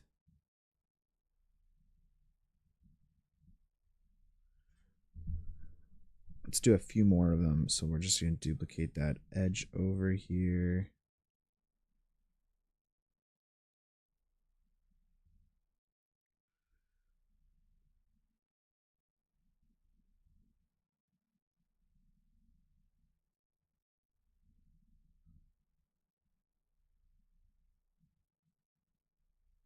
A little more directional. Okay. Just don't like that hard line. Can we avoid that hard line? Is that possible? Want things to feel more rounded, less obtruse.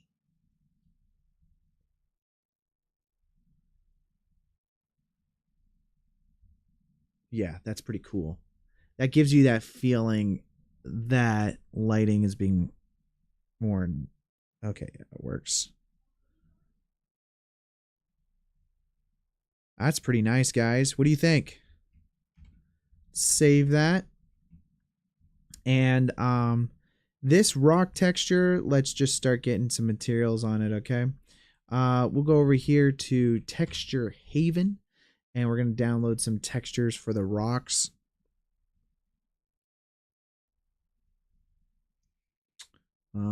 Okay, got it. Thank you. Let's go to rock material. Dry riverbed rock. We don't want anything too dark. Let's rock ground. Let's do this mossy rock. Kind of like that. Let's download you.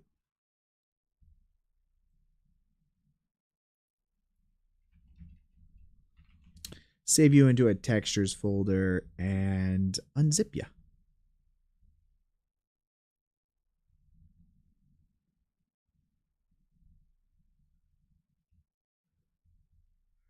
Okay, let's create a new material now. We're going to call this cliff edge, I think.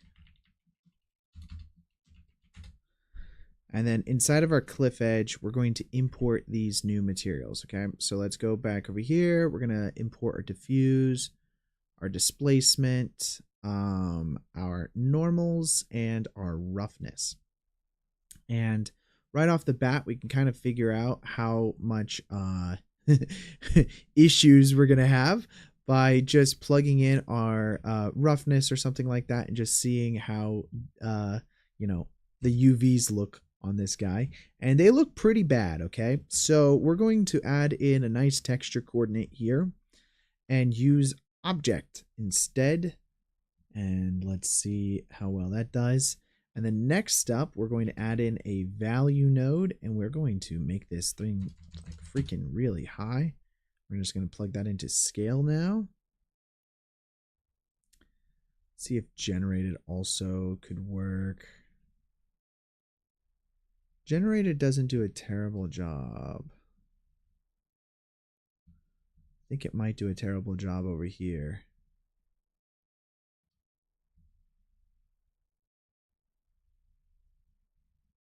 Yeah, it doesn't look great. Let's change that to object.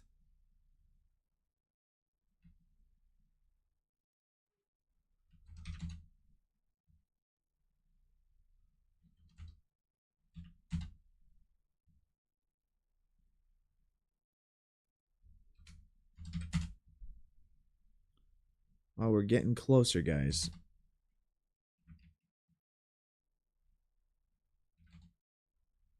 I think that works. The other option is we go into here and then we just unwrap everything. So if we do smart UV project and then just unwrap it, and then using UVs, or let's see, follow active quads is always a good one, or cube projection.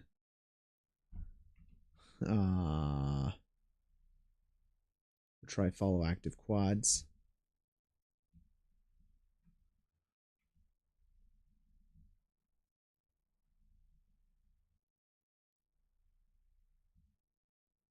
Angle based.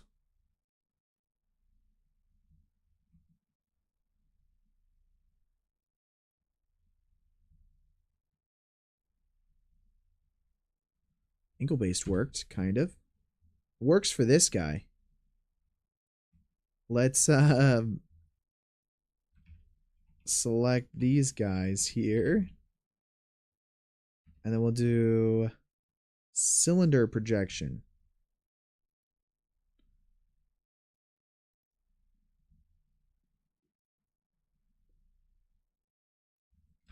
Zoomed in. Let's go back over to UV editor real quick.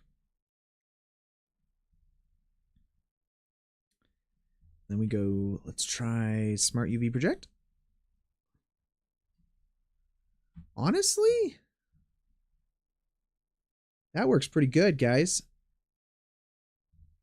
Okay. Woo! So we're going to plug that all in here. So then let's just see what our materials look like. So we have ourselves a nice mossy texture. Let's see.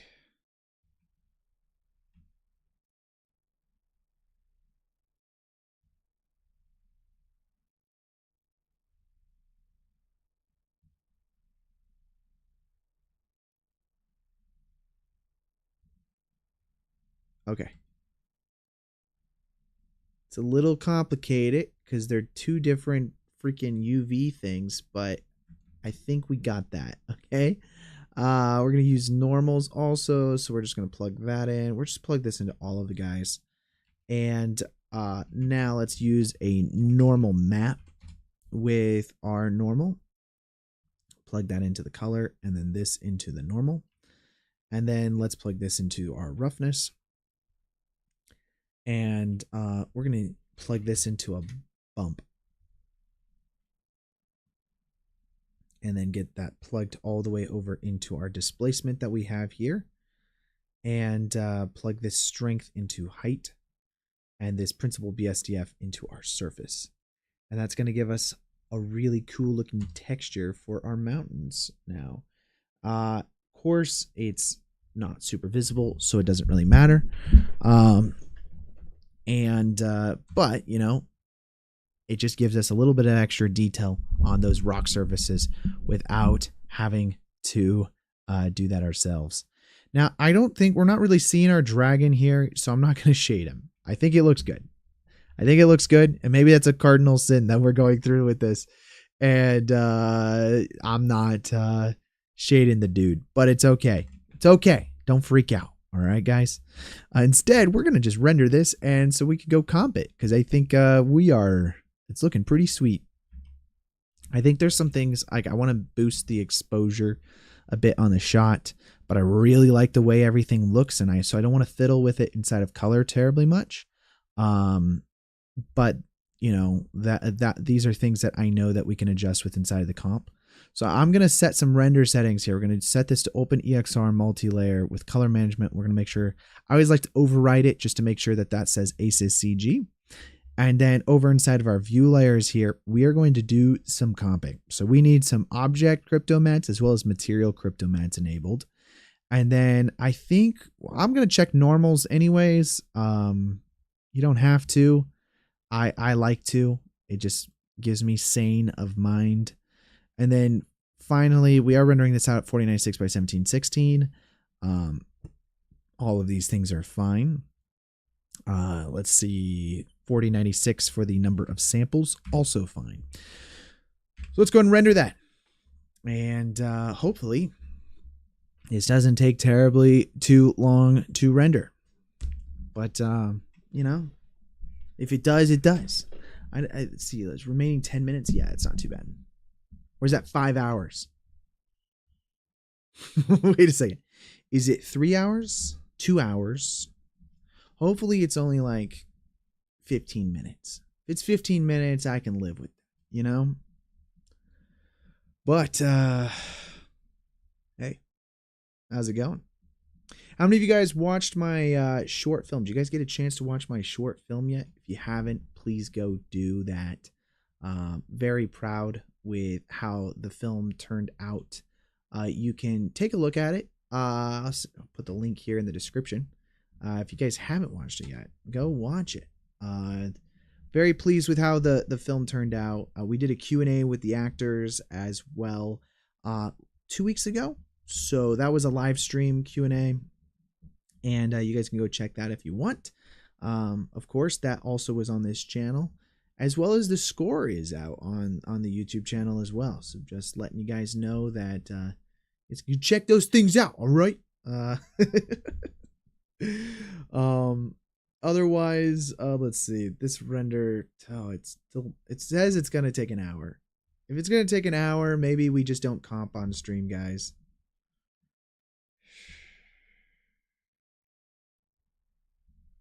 I don't know.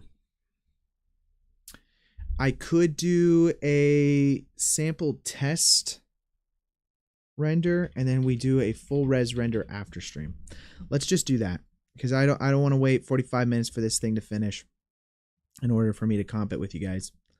So let's turn that off real quick. We're going to change the samples here to I don't know, let's do 150 samples, really low sample count. And we'll keep the resolution the same. Let's do that. We'll keep the resolution the same.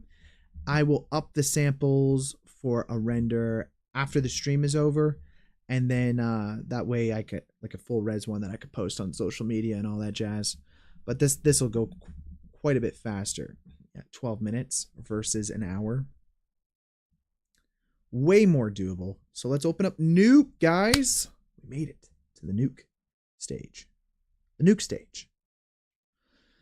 Oh, why does it take that long? A lot of samples. I'm using a couple volume scatter things, the ocean, as well as actual atmosphere in the sky. So computationally, it's taking a while just because of that. That's primarily the reason. It's not that big of a scene from a like vertice density level standpoint, but it does have a lot of volumetrics, and volumetrics take a long time to render. So that's kind of the secret sauce of it. I don't like the horizon here. I'm going to, I think this is what I'm going to do. We'll see. I might do some different things. I don't know. We're gonna try a couple things first. But sometimes what I like to do with things is just take it into Photoshop and then use like a little bit of generative fill on just the horizon, and then boom, it just looks a million times better. I don't know. I haven't decided if that's what I'm gonna do yet, but that is a possibility. Otherwise, I could take a roto node in and then do some blurring and manual horizon beautifications myself. But I haven't decided yet what I'm gonna do yet on that, but I might do that. And then of course we don't have any freaking lens flares, which sucks.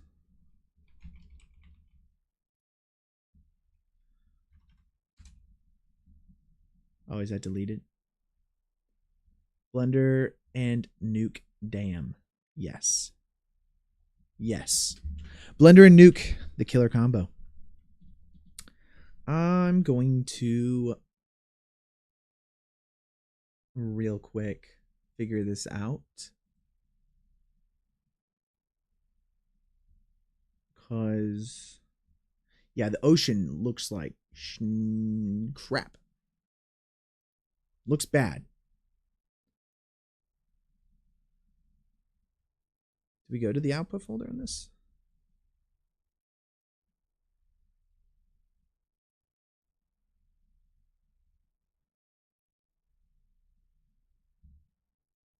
Yeah. Cool. So let's do 2025 0615. The reason why the water looks bad is because when you don't have a lot of samples, it doesn't get to render out each individual particle on the way in which the ripples would be going. And that does that. So that's just something to note. Let's see. And so we'll update up our samples right now and have this render in the background as we're working on this. So back to 4096 samples.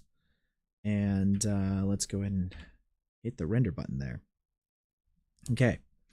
Now, inside of here, we can load in our, let's go to our streams folder, output folder, find that EXR. That's why our blend file was saved inside of our output folder instead of our, I was like, why are we inside of this? It didn't make any sense to me. Didn't make any sense. Doesn't make any sense. Now it makes sense because I understand the mistake that I made. But that was a problem. Okay, great. So now our RGBA channel, when we take this inside of Nuke, because we're using multi-layer, we do have to shuffle the combined over into our RGBA channel, and that will allow us to be able to view our render correctly inside of RGBA. So let's go ahead and do that real quick. And then we're going to make some adjustments here. Now, the first thing that I want to do is we're just going to take the exposure and boost it up a little bit. Change it from density to stops, and we're just going to lift this, you know, a little bit. Not a lot, just a little. Probably something like that. It's totally fine. And great thing about the reason why I did this at 4096 by 1716 is to make sure that all of the grain and things that we're adding into our shot here are going to match the new render that we're going to get, rather than potentially not matching.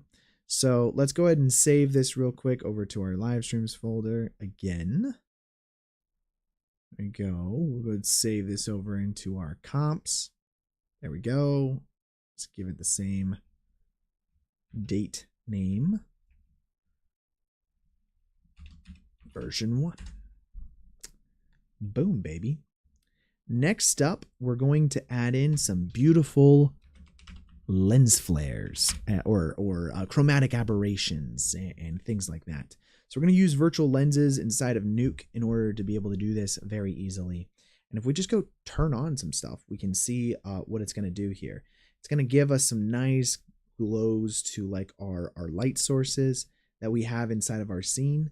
And let's turn on some spherical aberrations here. I don't think I have anything on my computer for lens distortions. Let me go search for some stuff real quick, guys. I might have some stuff. I don't know. I don't remember what's on my work computer versus what's on my home computer. If I do, this might be pretty cool because we could actually use some actual anamorphic lens distortion charts to drive our distortion inside of our comp. Let's see. I need to go to my videos section.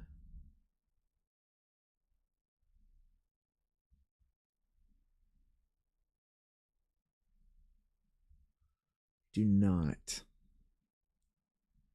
It's quite unfortunate. Okay, that's fine though. We can fake it. And we're just not going to be able to fake a anamorphic lens distortion, but you know, we don't need to. So we're going to swap this over to redistort. We're going to change this from spherical to anamorphic because I like those edges to be a little bit more compressed inside of our image here. So we'll just swap that to anamorphic. We'll set the squeeze value to a 1.5. And we're then going to increase the denominator here. It's pretty cool. And that just gives it a nice feeling of actual 3Dism that you wouldn't otherwise get. You see that little extra distortion that we're getting there. Love that. Now, this is just us eyeballing it because I'm not actually using real lens distortion charts. What I recommend to do, because I have lens distortion charts for jobs that I work on, is sometimes take your real lens distortion charts of real lenses, if you're shooting on like Atlas anamorphic lenses with like a Sony camera, like take those and have your own little database of those if you can.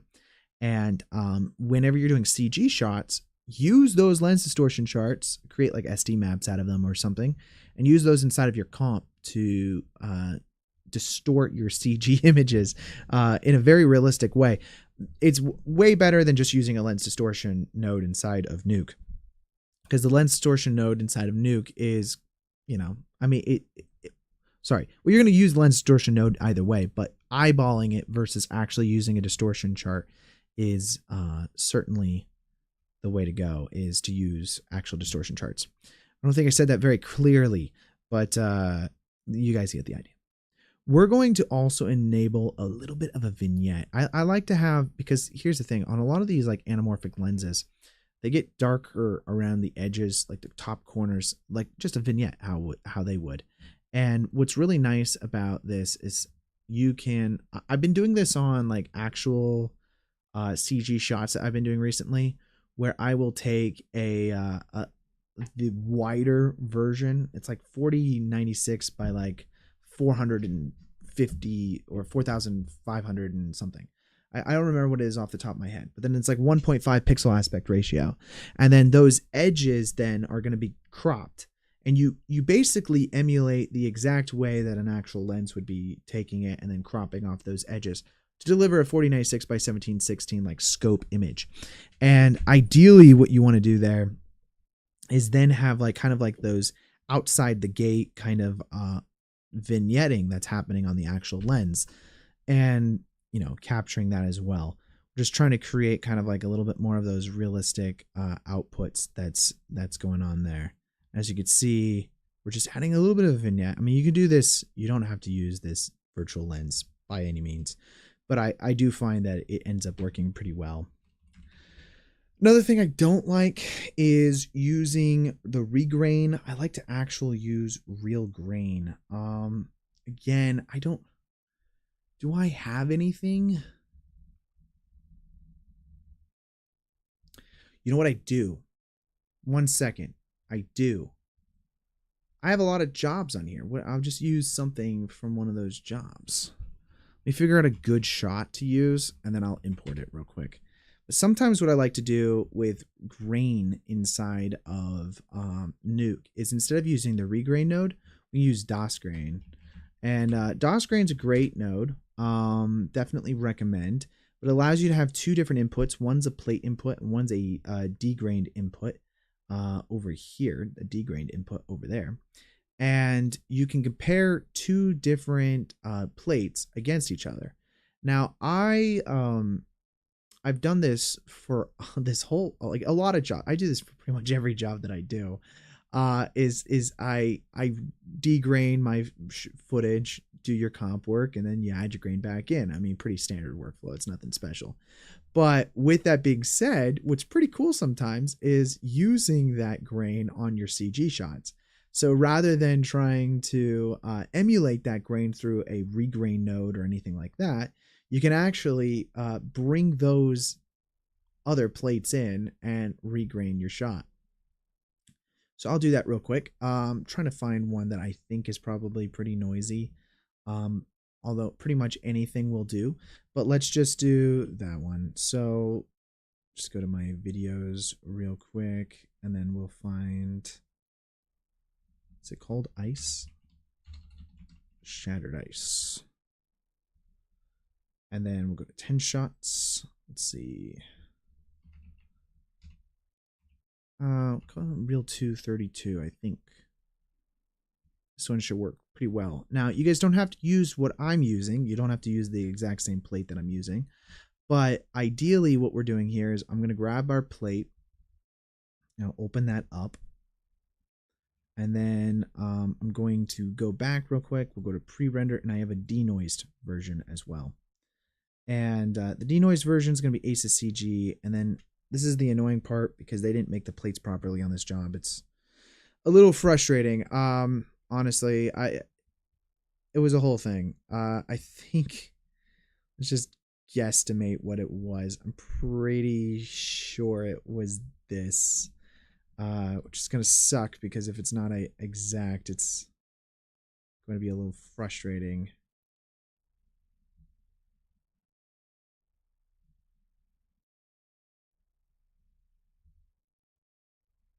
I think I just selected the same thing again. We could actually figure it out. I could actually figure it out, I should say.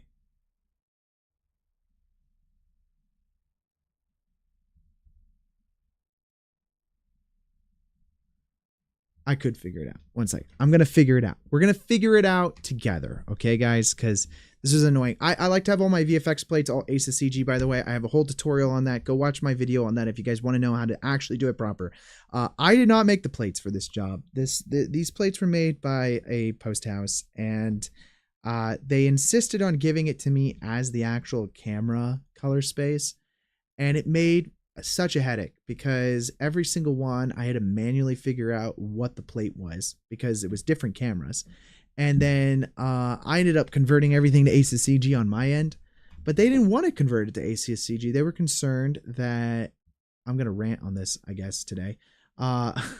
They were concerned that it was going that the conversion was going to be a problem. And I was like, what, are you guys stupid? Like, converting color spaces is not an issue as long as you know what you're doing. So I ended up converting it on my end, but it required me, because I had to convert it, by the way. But it required me to have to figure out every single plate individually, and that was a huge freaking annoyance. Yeah, so let's just open up this comp here, and I can show you guys what this looks like here. So yeah, I imported the denoise strip at the top here, as you can see. But what I'll do is I'm just going to import all of this real quick. We're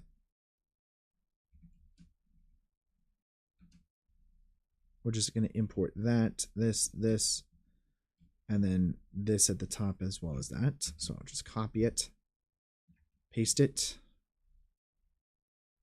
and now the thought pattern behind this is that I actually have a pretty nice, just unhide that real quick, pretty nice template between all of this. So let's just move this up here. Just delete that DOS grain. Okay, now we can just plug this comp in. And it's the same premise. I just ended up copying everything in because it just made everything a lot easier. But same premise as before. We have our degrained version of our plate right here, our denoised version of our shot, as well as our noised version of the shot. Now, if we compare the two of these, let's just do so real quick to prove to you what the difference is between these two different things. Well, that's right. 1 second. So many problems. 1.33. It's going to be our default. There we go. So now you can see the difference between these. You can't see them from a color perspective, but if we now zoom in, you can see inside of like the blue channel here, the difference between the grain version and the non-grain version of the shot. I just basically went through and denoised it. I used Neat Video. Definitely recommend Neat Video. And that what that gives us though is now just the grain.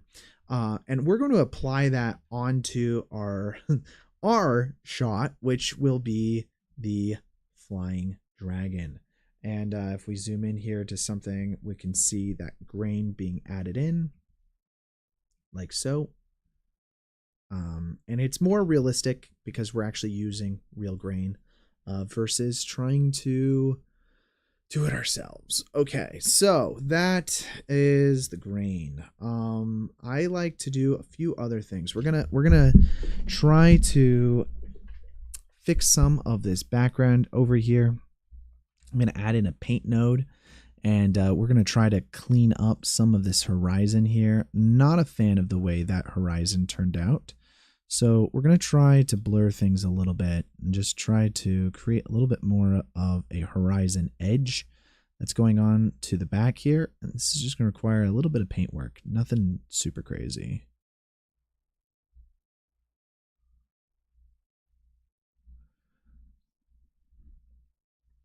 It's a little hard to do with rendering something on your computer right now, but what has to be done has to be done.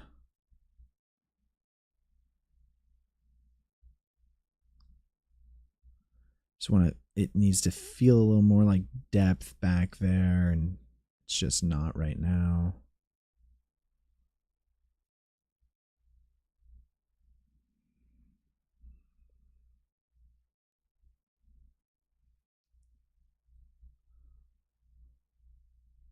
Okay. A little bit of defocusing that sharp edge of a horizon there works a lot better.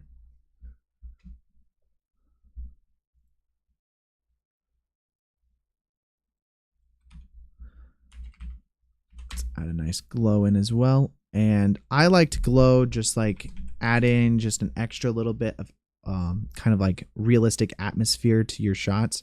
If we go and go to effect only, you can kind of see exactly what it's doing here. I'm going to change the brightness here to be a lot smaller. So we'll change the brightness to be like a 0.5, saturation to be a 0.5, something very just like on the nose.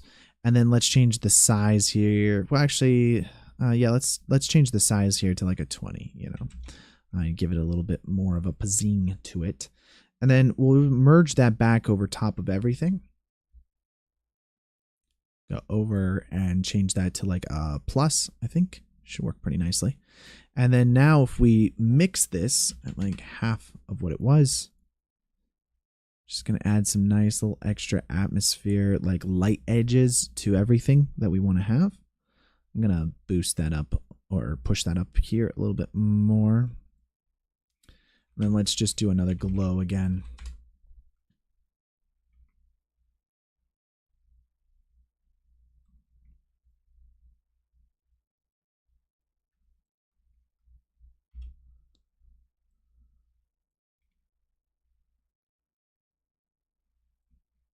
There we go. And now on this glow here, let's again, we're going to change some of the settings here. So we'll change the tolerance here to like a 0.5. You guys know me. You guys know that I like to do this on pretty much every render just to see where it takes it and then go from there. But we'll make this a lot smaller now. And then we'll say, again, effect only. And so that way we're kind of seeing this glow happen. And then now we just go ahead and merge this as a plus. There you go. And then just going to lift up everything again a little. Might change that to a screen. Very subtle, but it's that inner glow that's happening on the brightest parts of your render there. Just adds a nice little extra pizzazz to it. So we'll go and save that. Now, I don't think I have any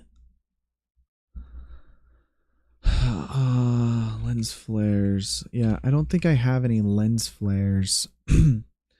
But let's see.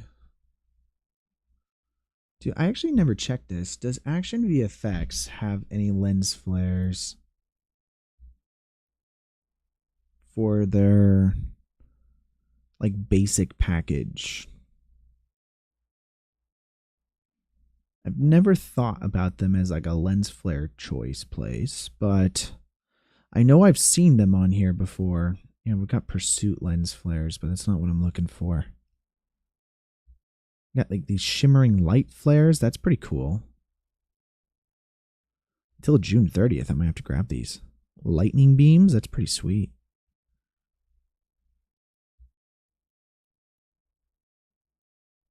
Cinematic lens flares, guys. We found it. They got lens flares. Why do I need to fake lens flares when I can find some? Let's see what we want to do here. That's a dissolve. So off the grid. I might like this guy. That's pretty cool, actually. Yeah, let's do this guy. Let's do you, sir. Download 2K. Totally cool. Save you under our assets, Action VFX assets that we have. We'll just have to reposition you, get you right. You know, I was watching this whole podcast, guys. I just found out, I don't know why it took me this long to figure this one out, but did you guys know that Industrial Light and Magic has a podcast? That's crazy. Did not know that, and it is life-changing. Freaking love it. They had a podcast that came out, what was it, a week ago, 2 weeks ago? And it was just talking about lens flares. Super cool stuff. And I mean, I guess I kind of knew that they would have done that back in the day where they had to film lens flares by filming it with like a black box and poking a little hole in to get like re-emulate lens flares. I just think it's so cool because I never thought about that at all. That's awesome. Okay. Let's do this. We're going to use another transform node, I think, and scale this guy up. I like to have 2 transform nodes. I don't know if that makes me an idiot, but I love it because I rather have 2 lens or 2 transform nodes. Just kind of paste that there, I think.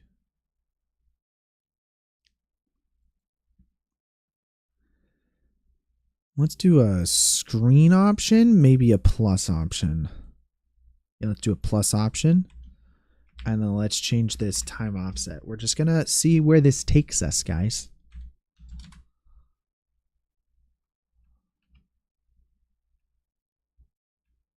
Okay. Next up, just so I can actually see what I'm doing here, let's just merge this over top of a constant. There we go. And crop it. That way I've got this really nice lens flare that we can now adjust and see perfectly. So with our time offset now, just jump down. I don't even know what we're gonna get out of this. I think, ooh, that's pretty nice.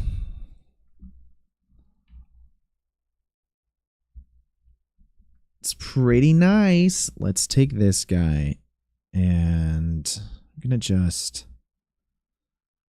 drop you there.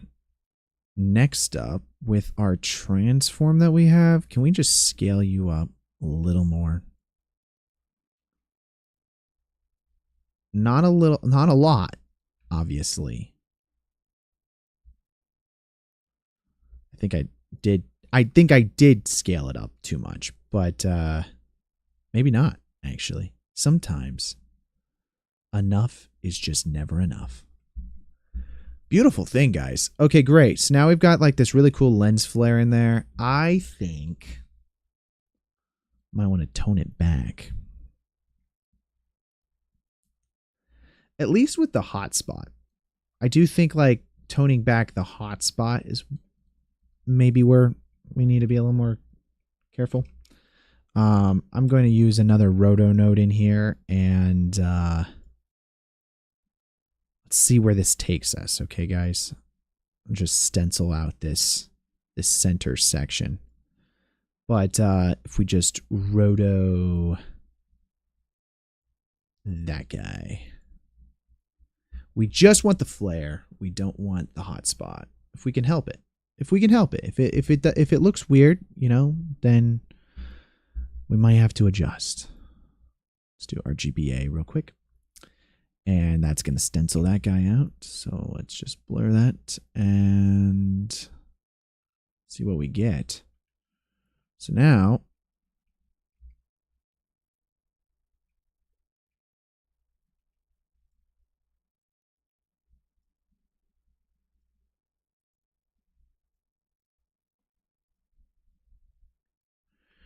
it's pretty cool. We do pre-multiply RGBA. Why are we not stenciling? What am I missing here? So output.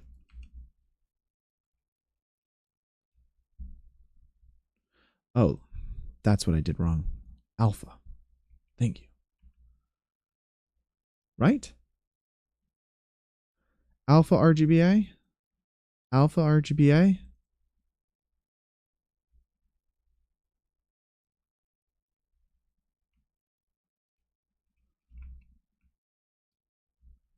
Hello?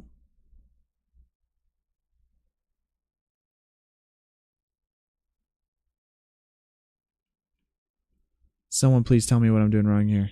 I know I'm doing something wrong.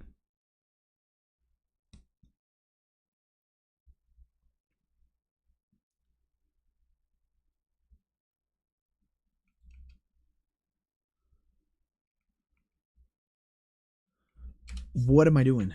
Okay, wait a second. So this with the crop, then we merge with the A over stencil. Come on.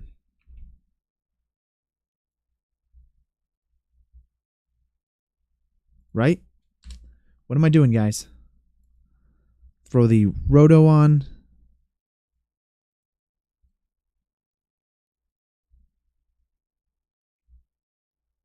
RGBA. So, okay, so that's stencils. Let's just invert the selection now. Actually, no, I mean, that's totally fine. We just did it. That did it correct. I don't know what the other one was broken somehow. That was annoying. So, okay, we'll blur that down, and then let's take this guy, and then we're going to offset the feather, or yeah, let's feather this bigger.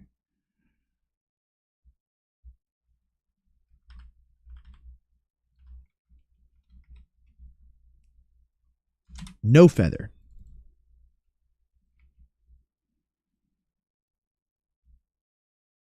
Okay, beautiful thing. More blur. Probably somewhere around there.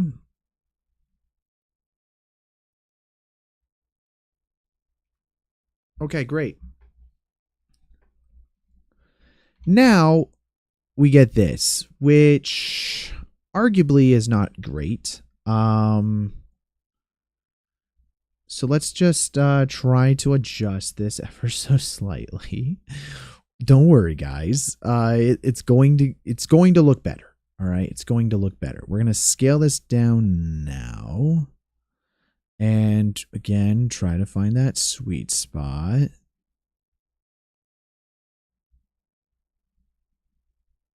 And then again, boom, boom. Now, I think maybe if we change the opacity here so it's not completely mad, we'll be a little bit better for it. And the next step we're going to have to do is just change the color, because I do think that's a problem. So if we go into our grade settings here, more specifically when we're actually seeing everything, you know, in its beauty and glory that we've got going on here. We want to disable this grade node real quick, but we want to set the white point of this to be this blue that we're kind of getting, okay? And we know that this blue is what we want our sun color to be. Now, there's two types of anamorphic lenses. There's the anamorphic lenses that no matter, I forget what they call them, but there's two types of anamorphic lenses, basically. One, they're always blue, no matter what. It doesn't matter what color the source light that it is creating the lens flare from is happening. It will always create a blue flare. And that's cool, but that's not the flare that we're trying to go for today. Today, we're going to try to match the sun color, because there's a second type of anamorphic lens that does match the source light color. And that's what we're going to be doing. So with that being said, I selected the white point here. And if we enable that, you can see it kind of creates like this black and white almost looking image with a purplish hue. And what essentially we're doing is we're saying, hey, the white point of this flare is this blue color that you have. Please remove the color. And it's doing that. Now, this is a really cool way of being able to keep the different hues of a color without having to make it, because the other option is to desaturate it and then re-add the light. However, this flare right here, this purplish thing that we still have inside of our image, is more darker blue, saturated blue than the other blue that we have. And so we want this to still have that quality of being that. And by doing it this method, it allows you to keep that workflow. So next up, I'm just going to add a dot over here just so it's a little easier to see. We want our lens flare to match maybe some colors that we already have within inside of our render here. And so we're going to use this gain of, let's say, this orange that we have in order to be able to match that. And now if we go view our lens flare, you can kind of see that just doing that allows us to change the flare color to this more orangey material. Now, we might want to match maybe like the amount of orange that we're getting there. And then now when we go into our flare, we're going to have kind of like this more orange effect on the overall of our image. And that's pretty cool. I like that. Next up, I mean, we also talked about doing this already, so this isn't going to come as a shocker, but I do want to remove some of the orange that's inside of our shot. mean, maybe not actually. I kind of like that golden hour. We're keeping golden hour, boys. It's grown on me. And I wasn't even at a spot where I was like, oh, I like that. I just literally just don't want to change it. Let's go ahead and take our updated render here. Let's save this. Oh, wait a second. So this took 25 minutes. I like that. You know what? We'll keep it. Save. And let's go over here and we're going to replace you. We're replacing you with an updated version. And as you can see, that fixes some of the ripples in the water. I think there's still some problems. So I don't like that. So what we're going to do is let's take a clone stamping tool. We're just going to clean up some of these edges, guys. We're going to do some of the dirty work ourselves, okay?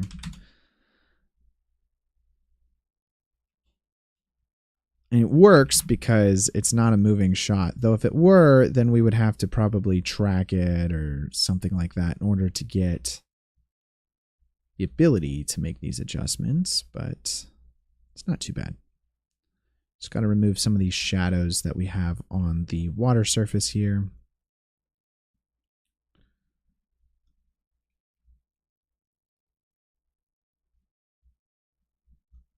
It's pretty close. Beautiful thing.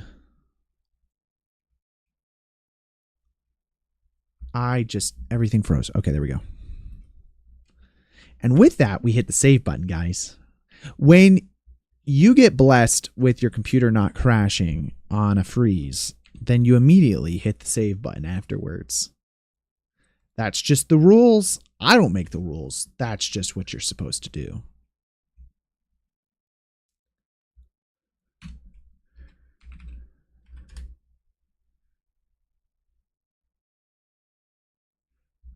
Pretty nice, guys. Very simple. I think the flare, though, is a bit much. So let's lessen it. This is the other great thing about doing this in comp is that you're not stuck in on anything. I love that.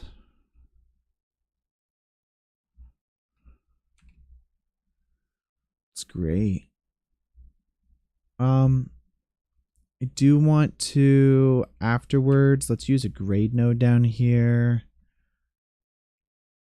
It's just, I probably could fiddle with the other node on this. I just want to do it myself and I want more of a shape. So we're going to do something like that. I think we'll do RGBA on it and we're going to blur the crap out of this guy.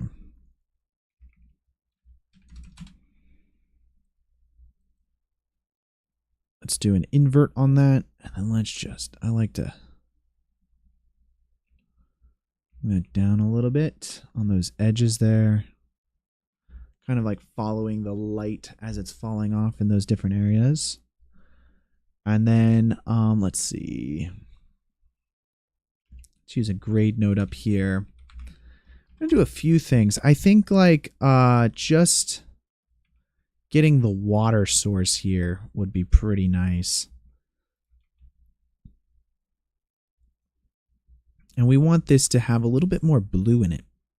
So just change the gain a little bit. Give it more of that kind of like movie beautifulness that you get sometimes out of like water, like that crystal blue kind of like water. And that looks pretty nice. I might mix that a little bit back, but you know, it's just kind of giving that nice blue, that very unrealistic, but does look very nice. I mean, we're making a movie here, guys, with dragons, okay? So you got a little bit of leeway as far as that realism goes, but we want to make that pop. Give some nice blue water there. So you can see, it takes everything just up a little bit nice of a notch. Well, that's cool, guys. I think I'm happy. think I'm happy with the way that looks. Some other things we could do, if you want to add a little more atmosphere to your shot, there are things that we could do. Like we could add in a constant here. And then take the value of like this haze here. Okay, right? So like if we want to add some more haze into our shot, maybe we weren't able to get it exactly how we want it to on the day for rendering. So let's say, hey, we want to add another merge node in here with some roto, okay? And we're just going to swap this over and then just say that this is a mat, right? But now let's say inside of here, we want to have some kind of like light that's getting pushed past this kind of, world. Let's do that. Let's say we have this sun here and it's pushing through. Let's do this. Well, it's a lot easier to do it this way. We're going to create ourselves a pretty nice shape.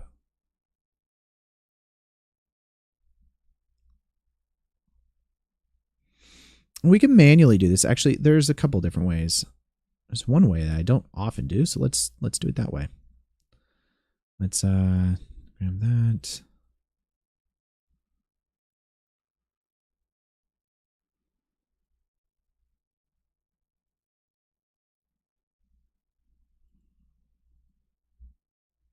I'm going to create an alpha kind of like of this rock here.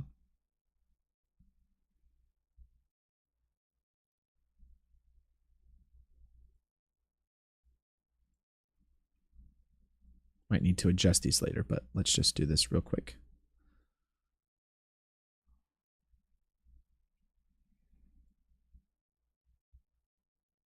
I think this rock looks very appropriate. Okay.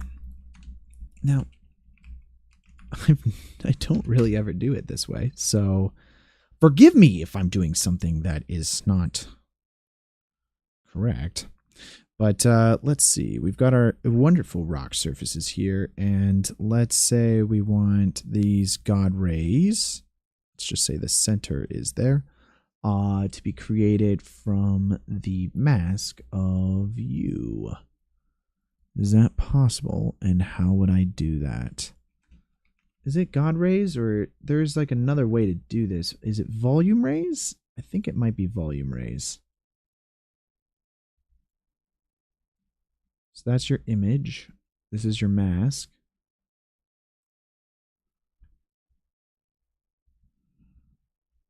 Volume position. Go up here.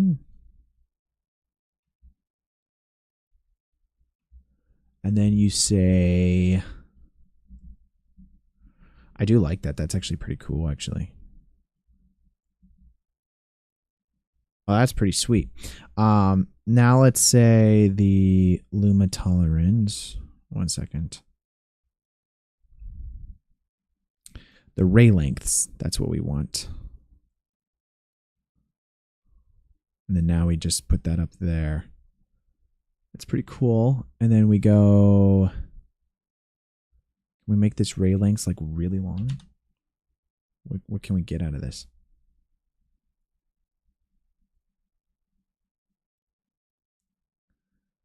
Kind of want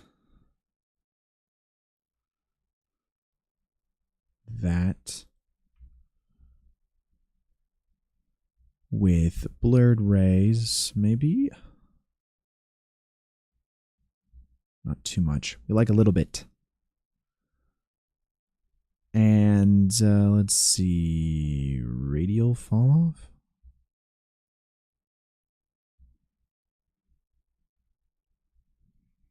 Maybe I'm doing this wrong.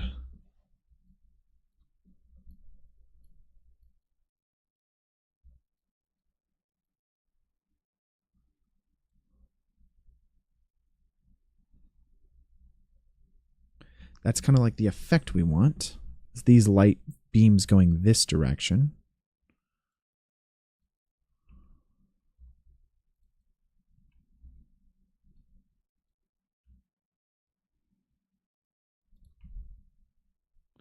Oh, interesting, actually. You guys see that down there? 3840. Ah, well, that would be part of the problem. Let's see. Let's there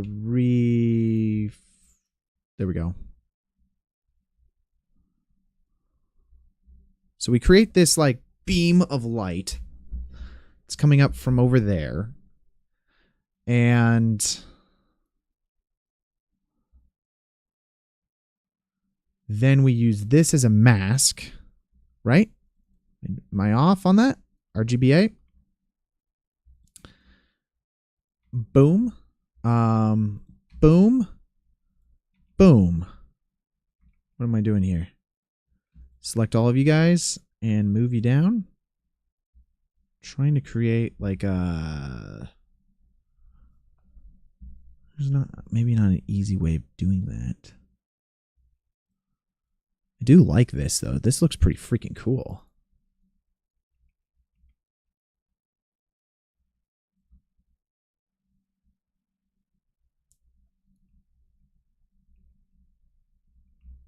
Yeah, let's we're gonna keep it. I like it, but so what we need to do is merge this back over top of everything. So we're gonna use the B from up here. I'll have to figure out how to use volume raise better because I'm not a volume raise guy normally. So let's do this. We'll do plus, and then let's just lessen the amount of this. Oh, it's RGB luminance. I see. Okay, mask options, enable mask. Oh, wait a second. RGBA luminance, enable mask. Transfer mask with volume center. Let's see, mask, use flicker. It's probably here somewhere. So we alpha solid, alpha edges. Alpha solid. Shadow masking. Enable radial fall off. Enable mask.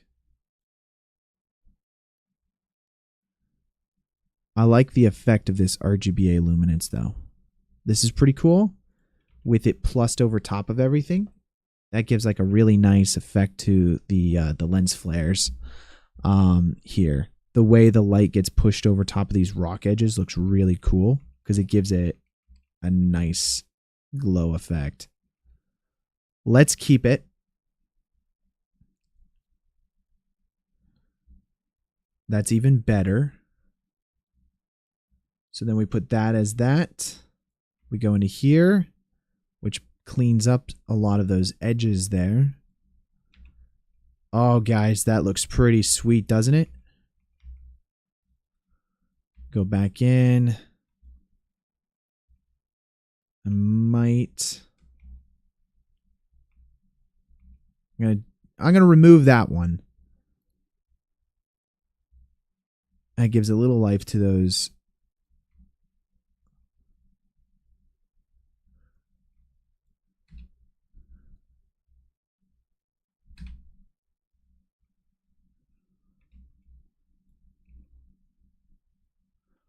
Let's do that and then like increase the contrast a little bit on our image here.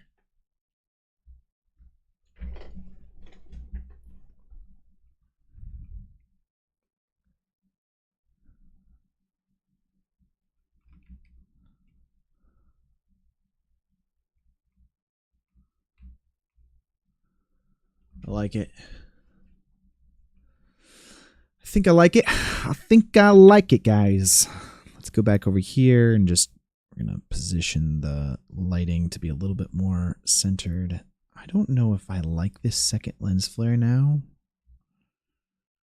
I think I do because it just gives a little bit of those highlights to the flare compared to otherwise. It's pretty cool.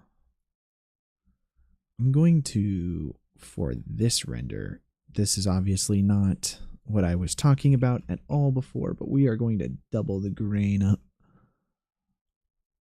just to give it a little more filmicness, and I don't want to have to find a whole nother footage to do that on. But that's looking pretty good, guys. Pretty happy with that.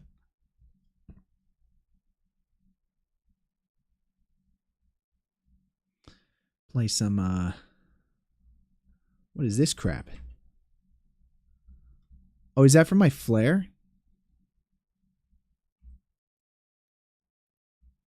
No, it's not. What is that from?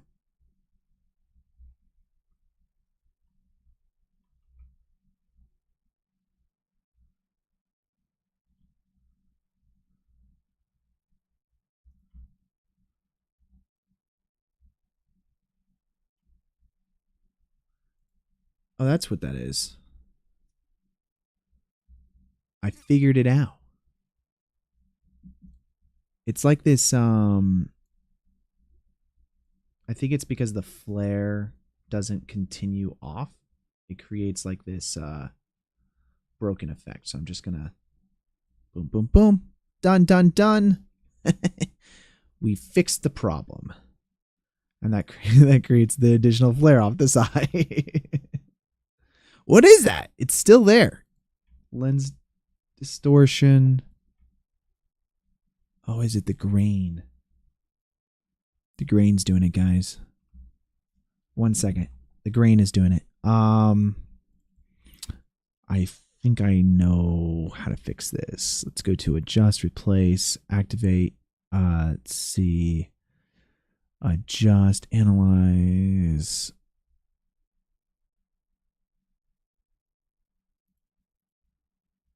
Use active. Use GPU.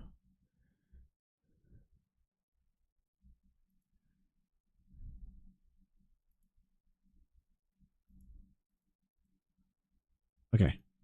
I think I know what the problem is. And here's how we fix it. We're going to use a reformat node. Yeah.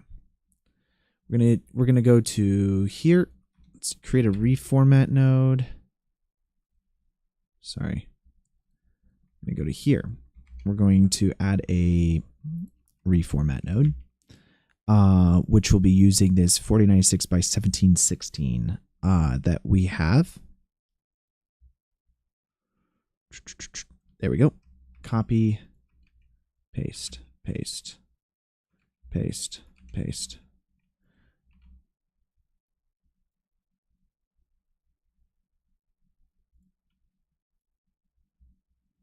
Yeah. Okay. So because it's not the correct aspect ratio, it's breaking it. It's fine. It's fine. It's sad, but it's fine. I'm going to just try to emulate it ourselves. I like to increase the grain size here if we can.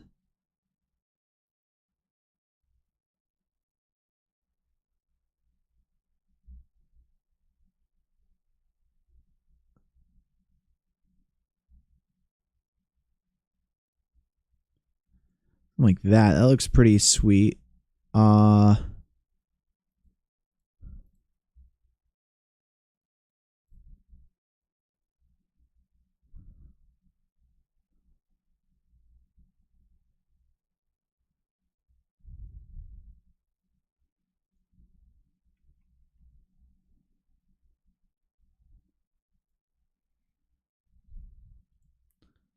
make sure the blue size is the largest.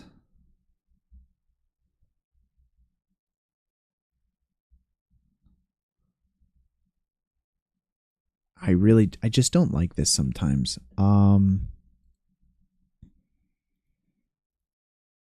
Just not a fan of the way it looks.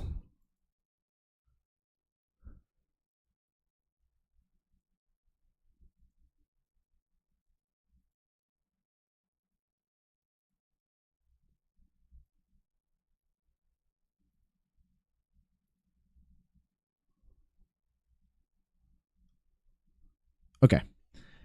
And then let's use a keyer node. I think this is going to be the best way to do it. We use a keyer node, and you see how the highlights there? I might take a little bit more. Let's boost it this way. Okay, great. And then now we're going to merge between these two versions. We've got a grained version and a non-grained version of the shot. And we're going to decide which one we want to use based off of this luminance here. So using this mask here, we will determine the amount of grain that's in your shot. Just by doing that. Now, this is, we'll need it inverted, I think. So there should be no grain basically in the sun here, but then in the deeper shadows, there's going to be more grain. And that's more realistic to how a camera lens will be picking up your footage or the amount of grain is by just using a keyer. It's essentially the easiest way to emulate that. And this is just, of course, approximation, so there's going to be issues with it, but it's going to work a lot better. Probably take this grain amount here and let's just lessen it a little bit. Like, there we go.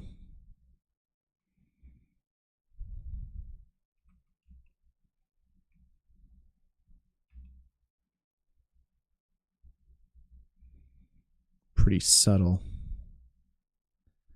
Flare seems more intense than it was before, does it not?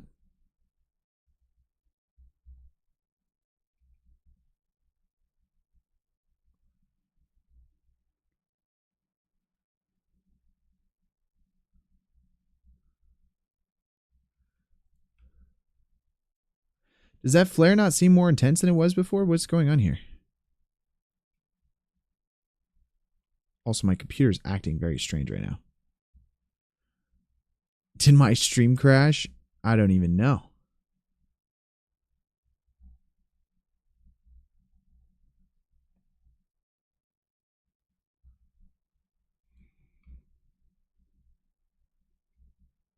Yeah, this seems way more intense than it was before. I don't like how heavy that is. I don't know what I did.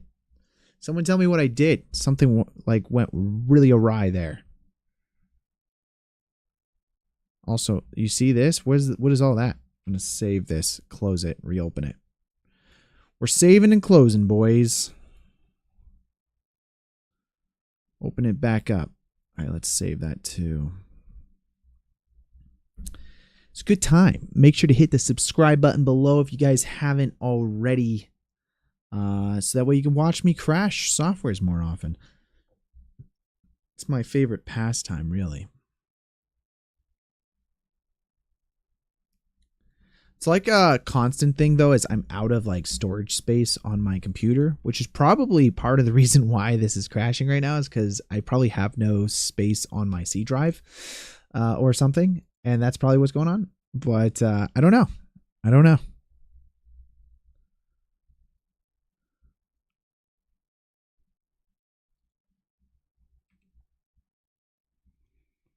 Okay, that's looking pretty nice. And that's got the green in the shadows with the flare. Next up, real quick, let's remove this stencil. Just creates like a little bit of a circle around the edge that I don't like. We're already removing so much of it anyways. And let's just see the difference. Sometimes screen could look a little nicer with the way it falls off. Yeah, I think I could work with that. And then our luminance here, let's just pull that back a little bit more. Okay, and then there's like a weird thing going on over here again, so let's go back to frame one. It's probably all frame one's problem. There we go. Save. And just to make things a little easier, we're going to frame hold this. And we're also going to frame hold this just in case, because I know I had some different roto paints and different parts and all that jazz. Let's just make sure everything's on frame one. It is perfect. Go through here and just make everything go on all frames, but it's a little easier sometimes just to get this to work the way I want it to.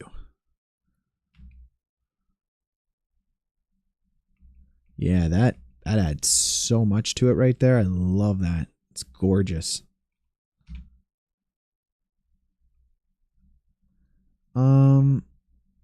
think that extra contrast is a bit much.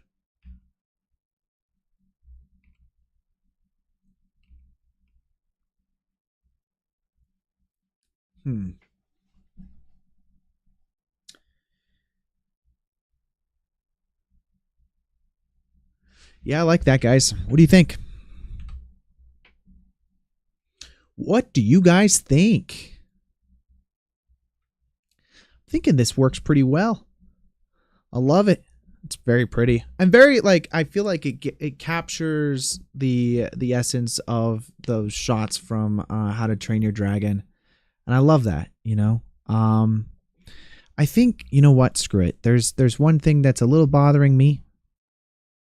There is one. There's always something, guys. There's always something, and it's okay though. It's all right. We're gonna add a roto paint node in at the very top up here, and it's this this guy doesn't work well for me. So we're gonna change the opacity here and try to eat in on the lighting a little bit. 0.05. Can we do that?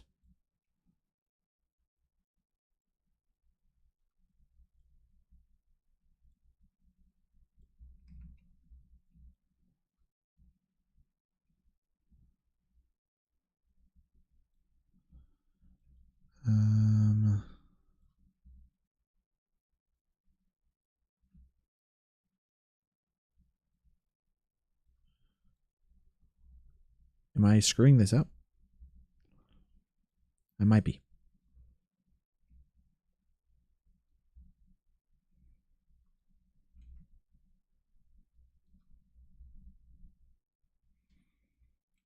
I might be. I might be screwing it up. I don't know. I'm going to find out.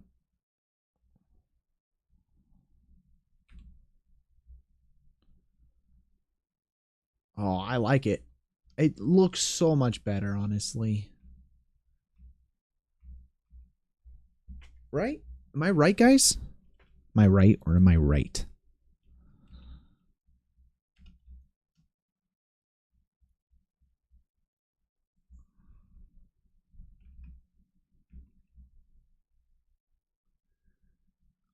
Let's see. 0.05 that. Just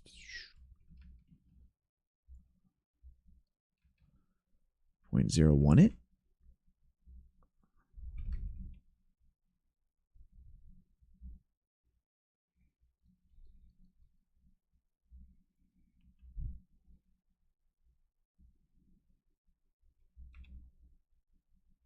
How's that, guys? I think that works a lot better. A lot happier with the way the flare or the water reflection looks now.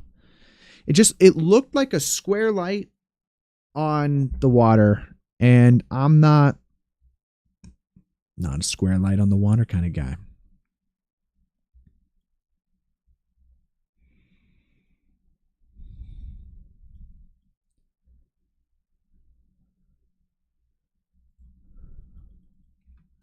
Turned out really well. Thank you, Orlando Kaisidem.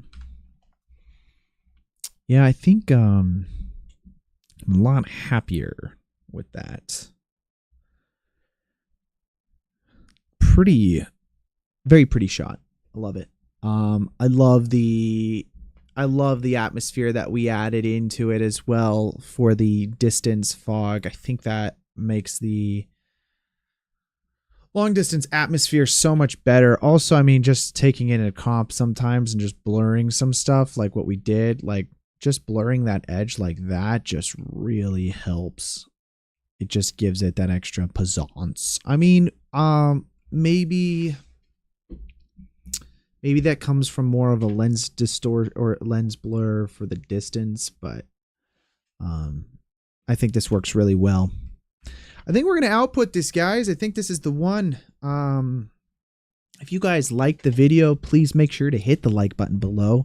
appreciate you guys sticking it out with me on this stream, guys. It's been a fun one. I think so. We talked about in the Discord maybe getting into doing some Unreal game design stuff, because I have a game that I've been wanting to make. I don't know if I'm going to get to it soon. I started working on it already. I can show you guys some of it. Why not? We're just chilling right now. I'm probably going to end the stream here in the next like 10 minutes or so, but I just want to show you guys some of this stuff. So this is based off of my short film. If you guys, again, haven't seen it already, make sure to go watch it. Link to that I posted already. But I wanted to make a game for, so I have a feature film that I wrote for this thing. This was a proof of concept, and I was trying to make it into a feature film.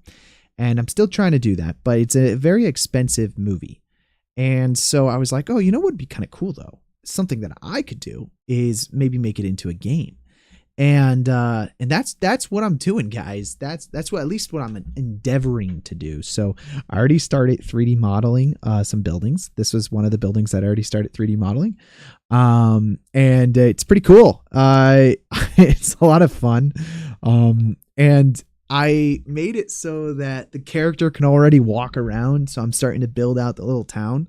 It's a Western, so obviously a lot of these buildings are like fully created so you can walk into them.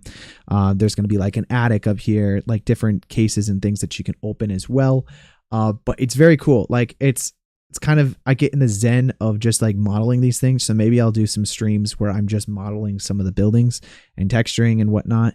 But that's been kind of fun, is just building out some of this stuff and then dropping it into my Unreal world, and then being able to walk around with a character. Super freaking cool, guys. Like making games is quite fun and very enjoyable. But I'll keep you guys updated on that as we're going along. It's just it's a bit of a process, and I didn't want to start streaming any of that stuff until I actually have playable things. Because to me, I feel like that would be super boring for you guys, for me stumbling around in Unreal. I'm not a professional by any means in Unreal Engine. So it's a lot of just like looking stuff up and figuring out how to make stuff look good. I don't think you guys want to watch that. But when I get to the point where I actually have more of a playable game, or maybe 3D modeling these buildings could be fun to do as well, then you guys might be interested in seeing some of that stuff. But anyways, I think that's it. So thank you guys for dropping in today to watch this stream as we were finishing it up.